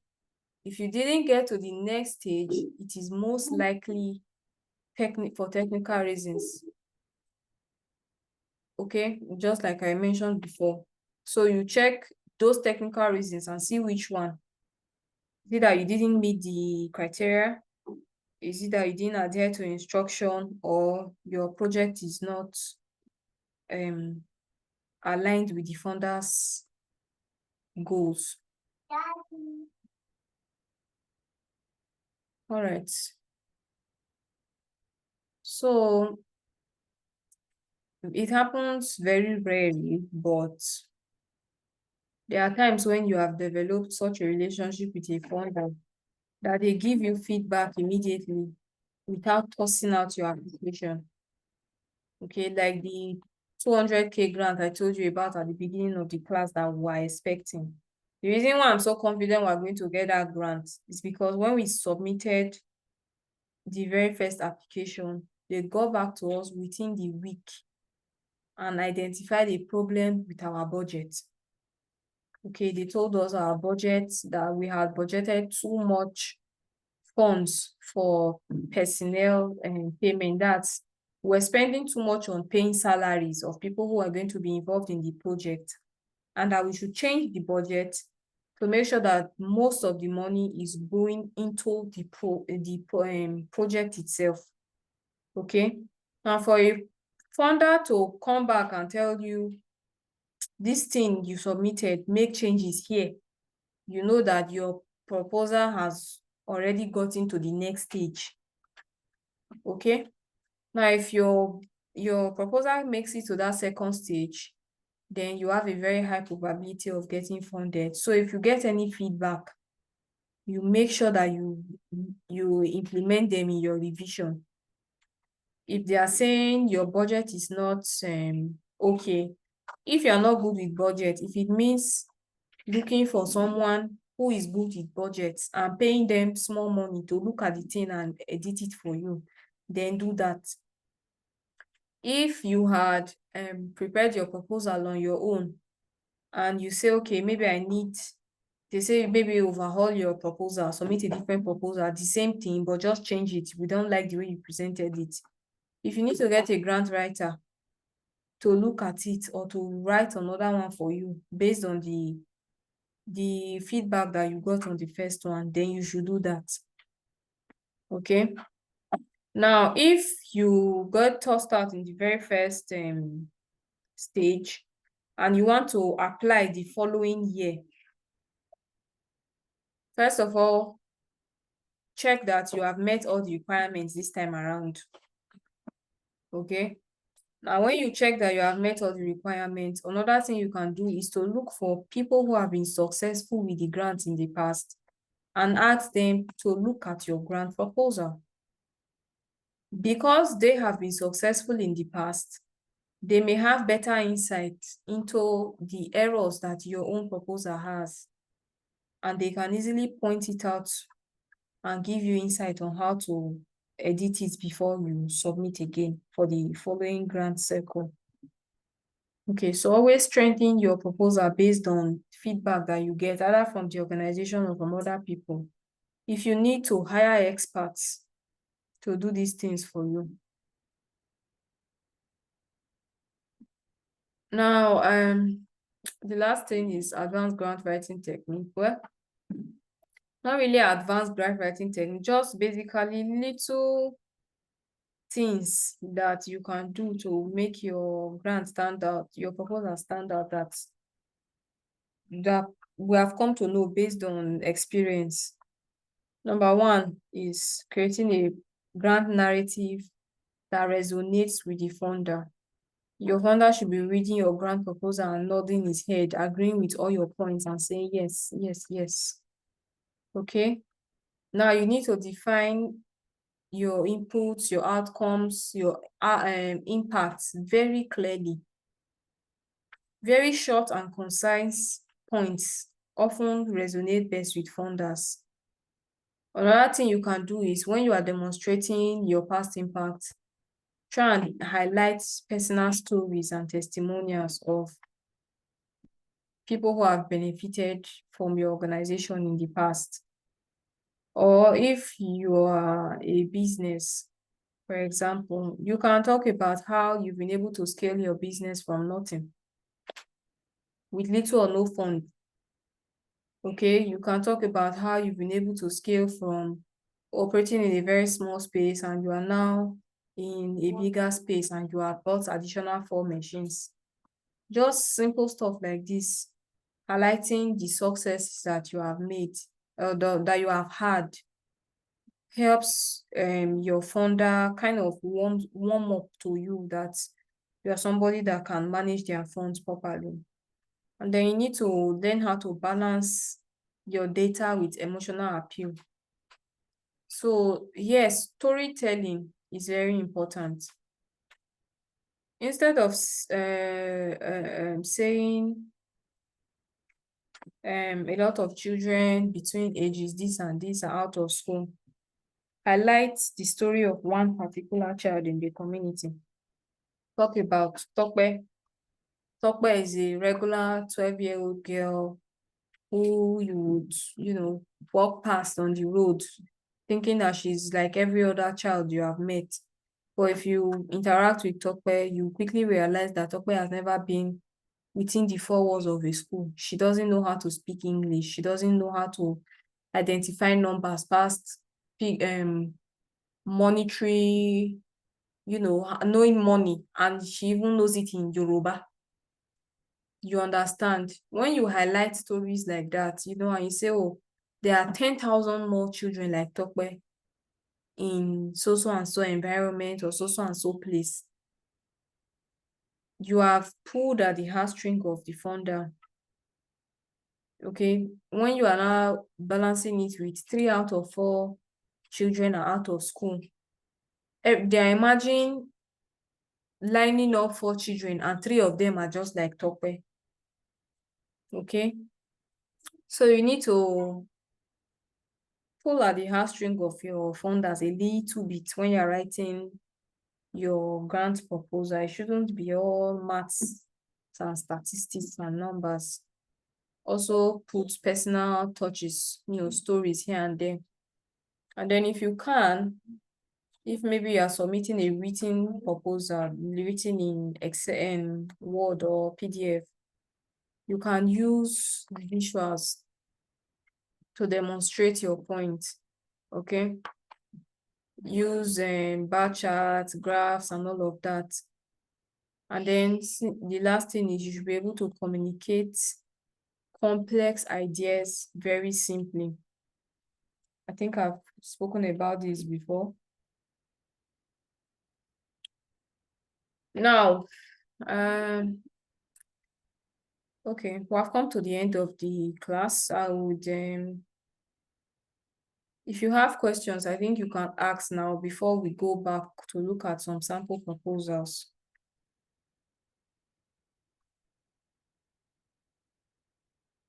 Are you still here with me? Well, yeah. Thank you so much for taking our time to piece all these things together. Are we going to get a link to this class so that we can go over it again for personal purposes. Unfortunately, the network logging me out off and on. I don't think the recording is even. I think No, but it said the recording was back also. It's recording. It's recording. okay, if it's recording, then I'll probably make it available to those who were in the class only. Okay. So it will be available to only those who were in the class. No other.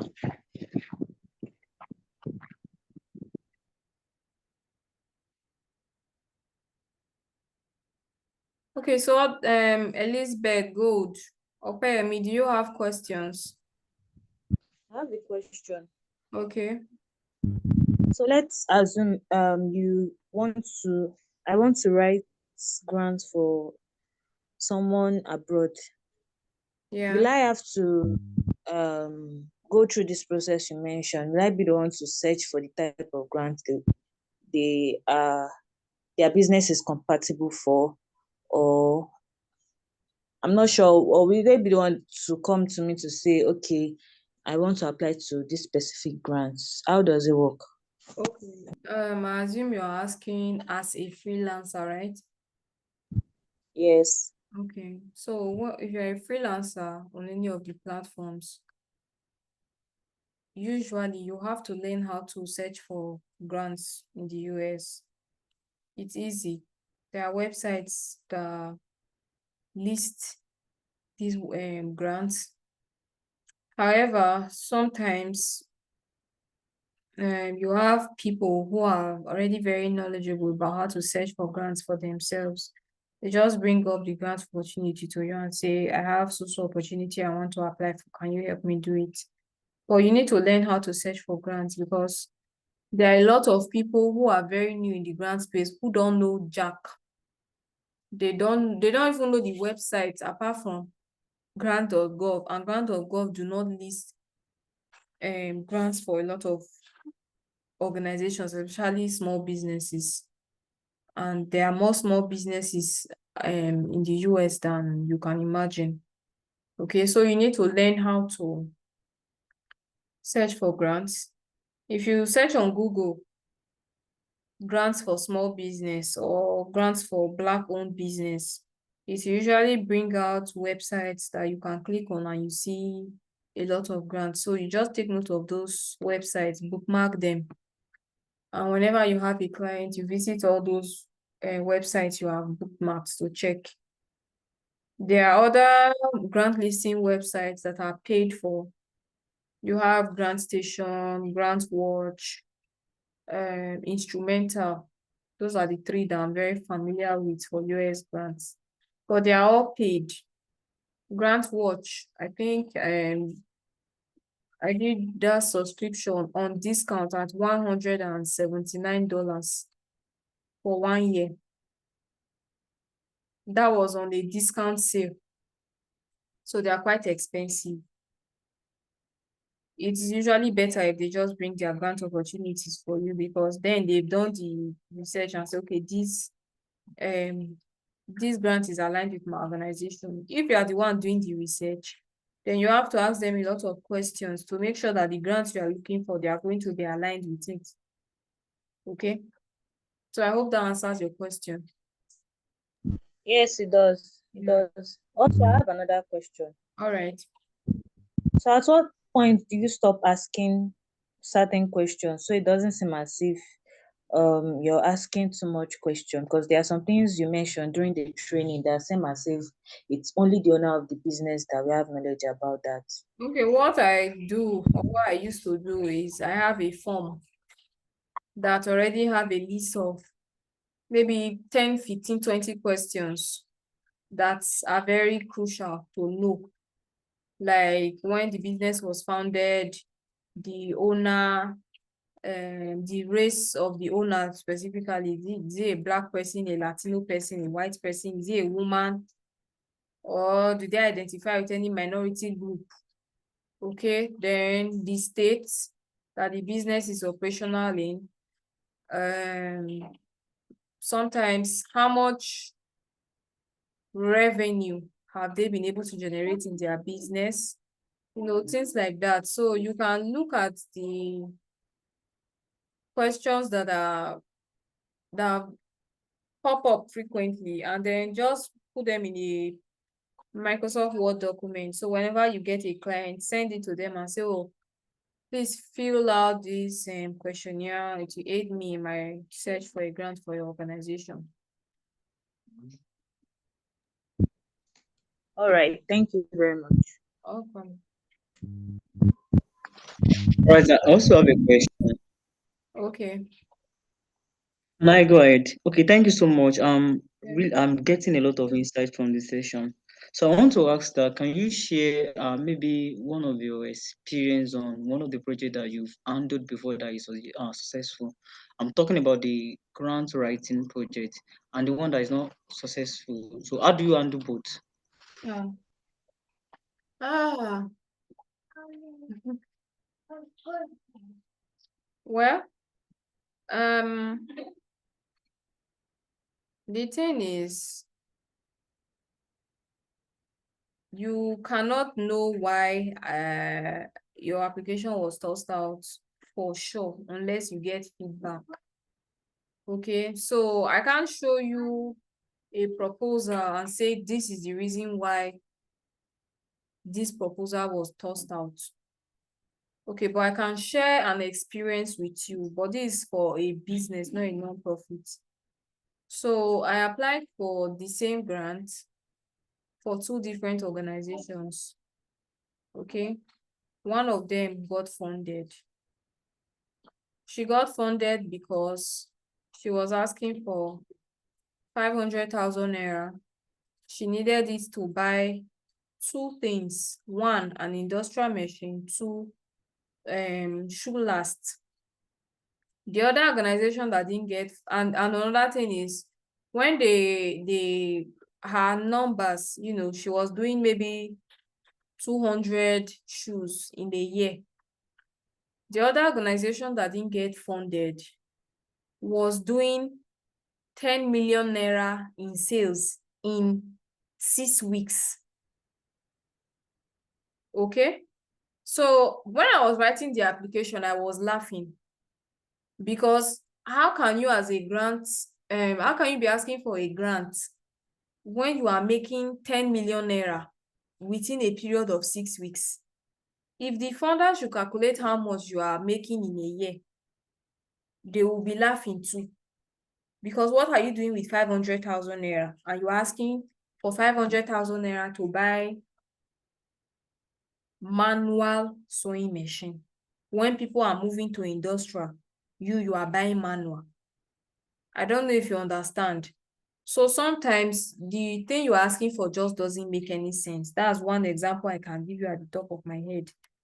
Other examples, like there was this non-profit in the US that I was so positive she was going to get the grant. I was shocked when she sent me a message and said they sent her a message that she wasn't going to be getting not that she wasn't progressing to the next round.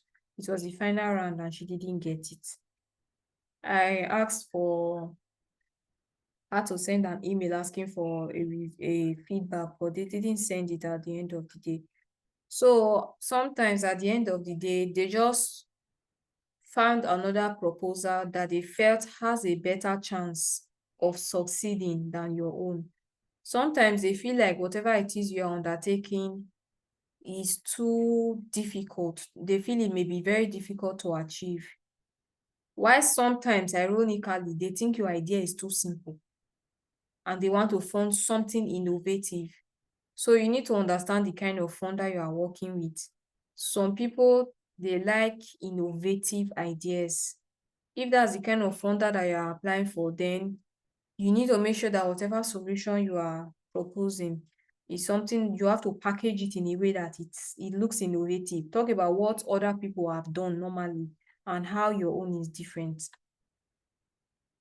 Okay, if is a proposal, a funder that you check on their website, they are talking about ideas that are very easy to execute, then you know how to also word your proposal in a way that you are not sounding so ambiguous, like you don't really know how you are going to do this, or your idea is not so big. Now, another thing is, if maybe you want to fund a project and the project is going to cost 50 million naira, you may have to, look at what the organization has funded in the past to know how to present your budget. Because some organizations, if you check the NGOs they funded in the past, and you go and check what those NGOs do, you see that the things those NGOs are doing are things that can be executed with 5 million naira. So you know that such an organization, if you present a budget to them that is 50 million naira, they may not fund your organization because they feel as if their fund is just, a little deep in the well compared to what your organization needs.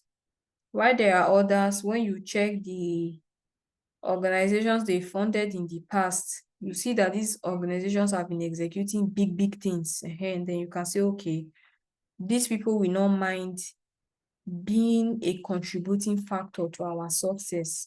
But when you are doing that, you now have to explain to them how you are going to secure the remaining 45 million naira for the project.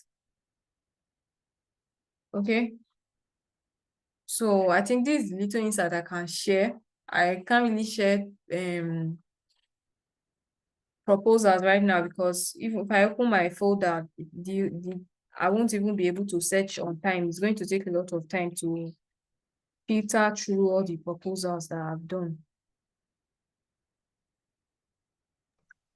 All right, thank you so much. You're welcome.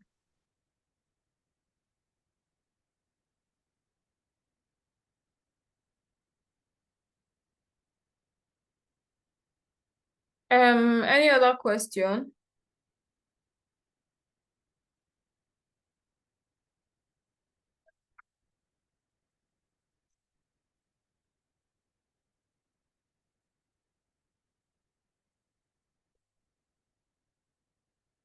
Okay, so I guess no other question.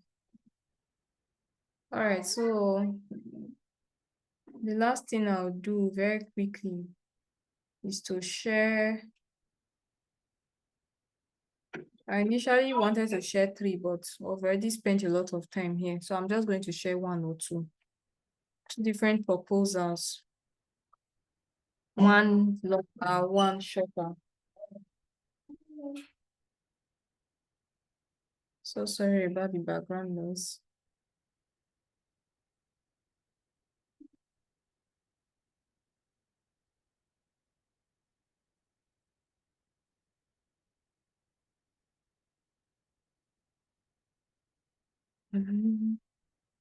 California Investing Solution.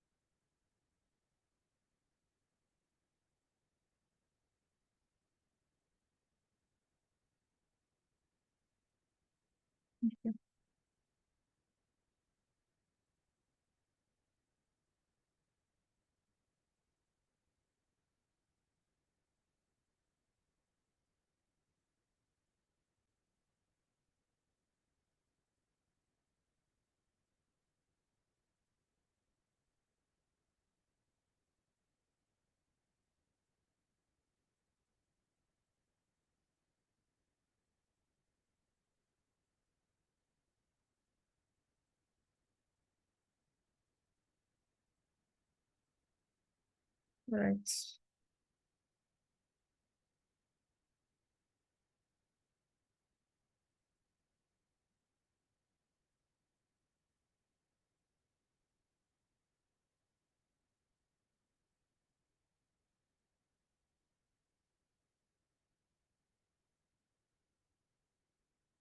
Okay, can you see my screen? Yeah. Yes. Okay. Yes, I can.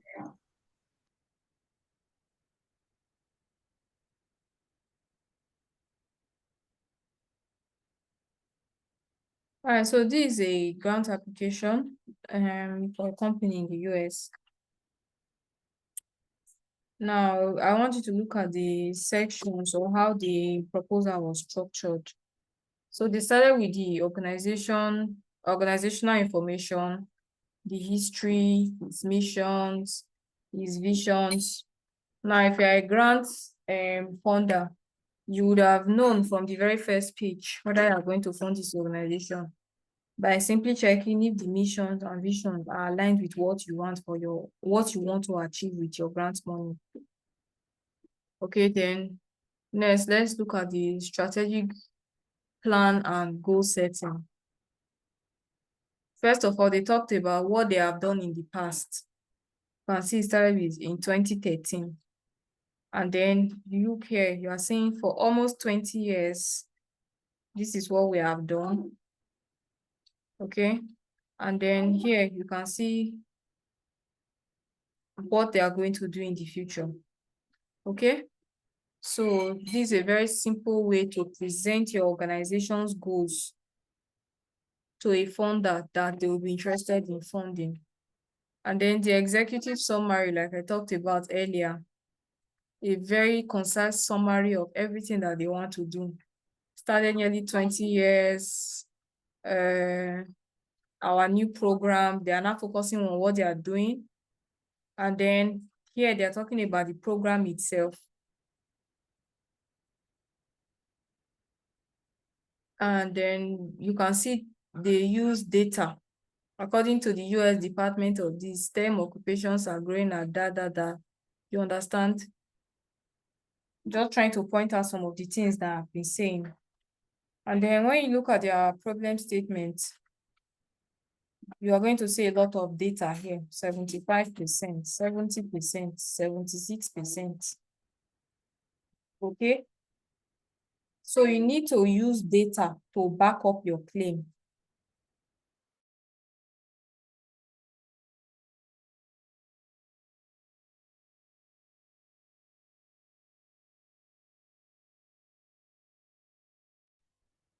Sorry, I didn't realize I was muted. So you can see a lot of data to back up their claims here. And then the grant detail, what are you going to be doing with the money? You can see the details here. The program will involve youth in STEM. The work hours will be between 3:30 and 6:30. Learning 5 days per week. You see how very specific they are with the program details. They are not saying we're going to train people 3 times in a week. They are all telling us even the time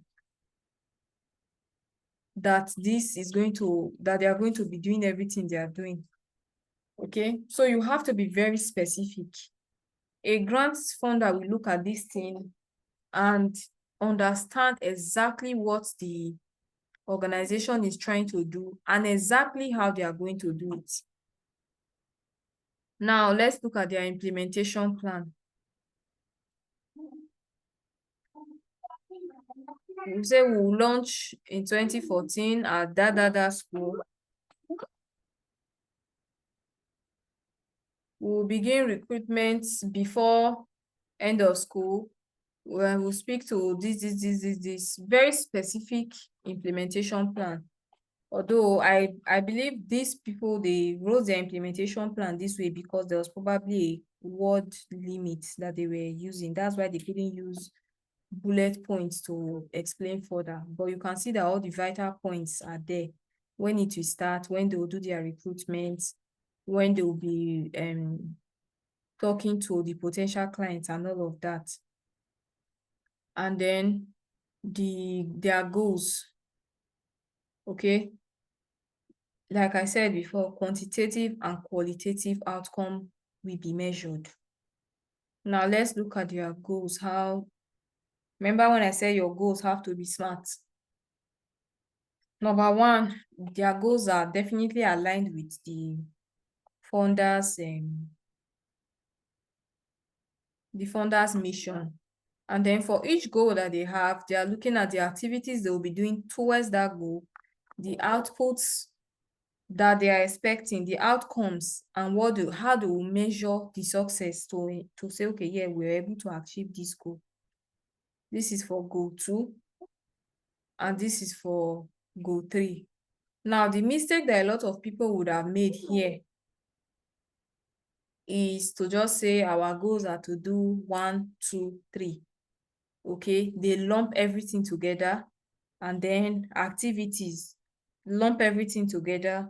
Same thing with outcomes, output, and everything. But when you're able to present a very detailed proposal like this, you are proving that, yeah, you've been in the business long enough to understand exactly how you are going to be doing what you are doing. And then look at the more detailed implementation plan. For every month, you can see they have outlined what they are going to be doing. Okay, I think this was going to be implemented for, was it 8 months or 9 months, if I can remember correctly. Of course, the part we don't like, project risk and mitigation. You cannot say your project is risk-free. There are definitely risks. Okay, so you have to address them, because if you do not address them, it's like there's a very big elephant in the room and you are not telling them how you are going to push the elephant out. The better you address the risk, the better your chances of getting funded. And of course, the last part, you can see a very high level budget. Now here, this is for an American organization. So for this particular project, they were asking for an amount that was not going to cover the whole budget. So they were telling the grant giving organization what they need for each this thing and how much they had secured. So you can see secured on 1, 2, 3, 4, 5, 6. Now imagine you have secured 6 grants already, or you have secured funding for your project from 6 different sources. Who would not want to fund your organization? Okay, so that's for the first one. Now the second one.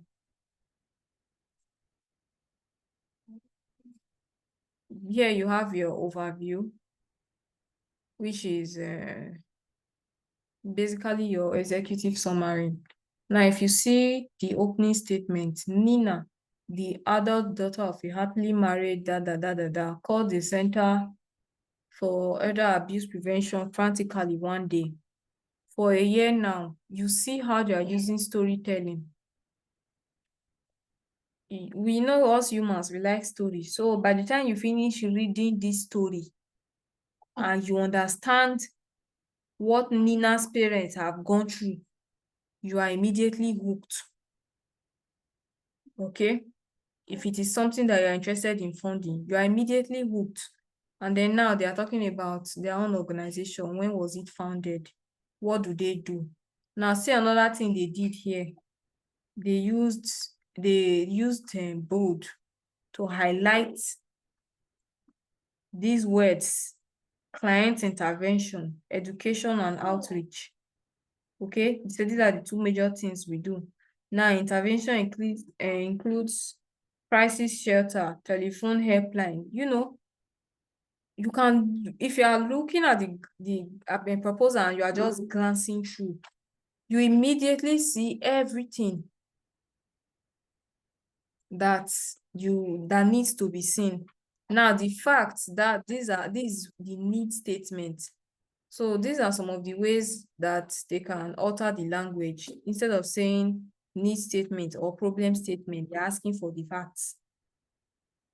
Okay, if you are writing a proposal that doesn't have strict rules, you can also use catchy topics like this to buttress your point. Now you can see where they are using data according to a 2004 study by this. You can see how they are using data. Now they have moved to 2009. And then now they have moved to 2011. So you can see how they are using data to track the problem that they are solving. Now they are using Martha's story.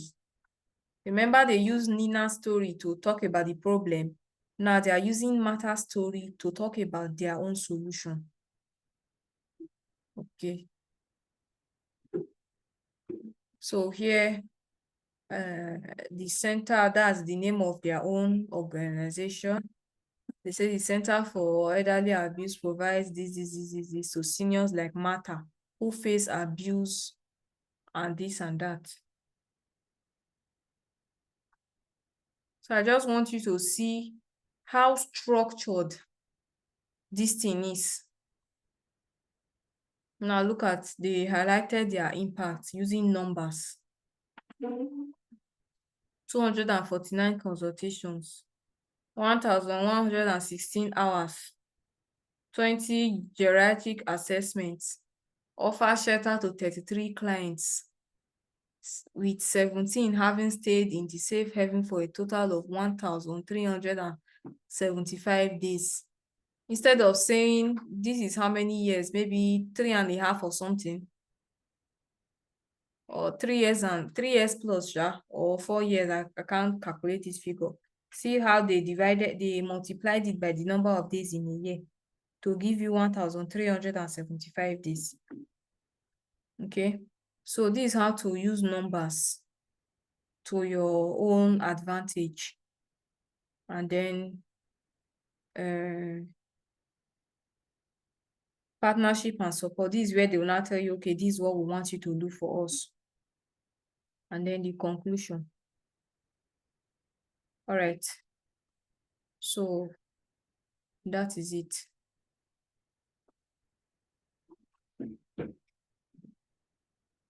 So Okay, thank you. yeah, I believe we've come to I have questions. You can still go ahead. okay. So regarding this grant writing, Yeah. is there a specific pattern? And I don't want to use the word pattern, but specific word you're supposed to use, or we can but be creative, but include the necessary the necessary points or necessary things that needs to be there. Yeah. Or there will be a strict follow-up of certain words, certain, That will depend on the kind of grant you're applying for and their own guidelines that you have given. Every grant gives you a guideline, okay? Some of them, they don't even need to specify the guideline because you open the website and all you see is a form. And the form has specific questions that they have asked. So all you have to do is answer the question that you have been asked. Why some of them will tell you to submit a proposal? Usually when they are telling you to submit a proposal, they have a guideline. Just check the website very well. There's a grant guideline, usually downloadable, that you can download and read to understand what it is that they want to see in your proposal. So there's nothing set in stone. Every grant writer and grant funder has different requirements. You just have to read, ensure you are following the guideline. That's all. So there's nothing set in stone. Okay, but if you are writing a generic proposal, then there are certain things that must be there. You must have your executive summary, your need statement, or your problem and solution, and then your project description, your budget. Those are the 5 things that must be in your grant proposal if you are submitting a generic proposal. That is, they said submit a proposal. If you are submitting a pitch deck, there are also things that must be in your pitch deck. Just sometimes sit down and imagine that you are the funder and you want to give somebody money. What do you need to know about their organization to be able to give them money? if you can think like the grant funder, then you will be able to write a good proposal.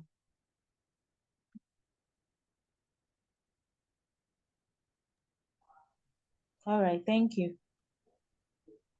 You're welcome. So any other questions?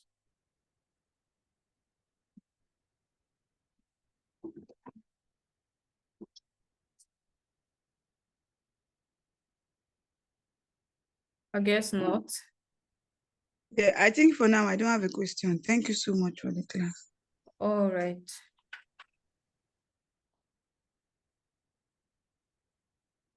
All right, so thank you very much for, what was the time? It is just a few minutes to 10. So thank you very much for staying for the class for almost 3 hours, despite the network challenge that we faced. Thank you so much Thank you. for Thank you so having much. me. Thank you Thank you very, so very much. My pleasure, everyone. Thank you very much. So I'll make if you're in the class, just send me your email Okay. private. Okay. Send it private. Okay. All right. I'll send you the recording for the link to the recording rather. And Thank you so Okay. much. I would implore you not to share them because the class is recorded and I'll likely put it up on the platform for a prize later on in the future. So please do not, share it anyhow. Okay. All right. All right. Thank you. All right. Thank you very much. Thank you so much. All right. Thank Bye. you. Good night, everyone. All right. Good night. All right, Good ma. night. Good night. Thank you.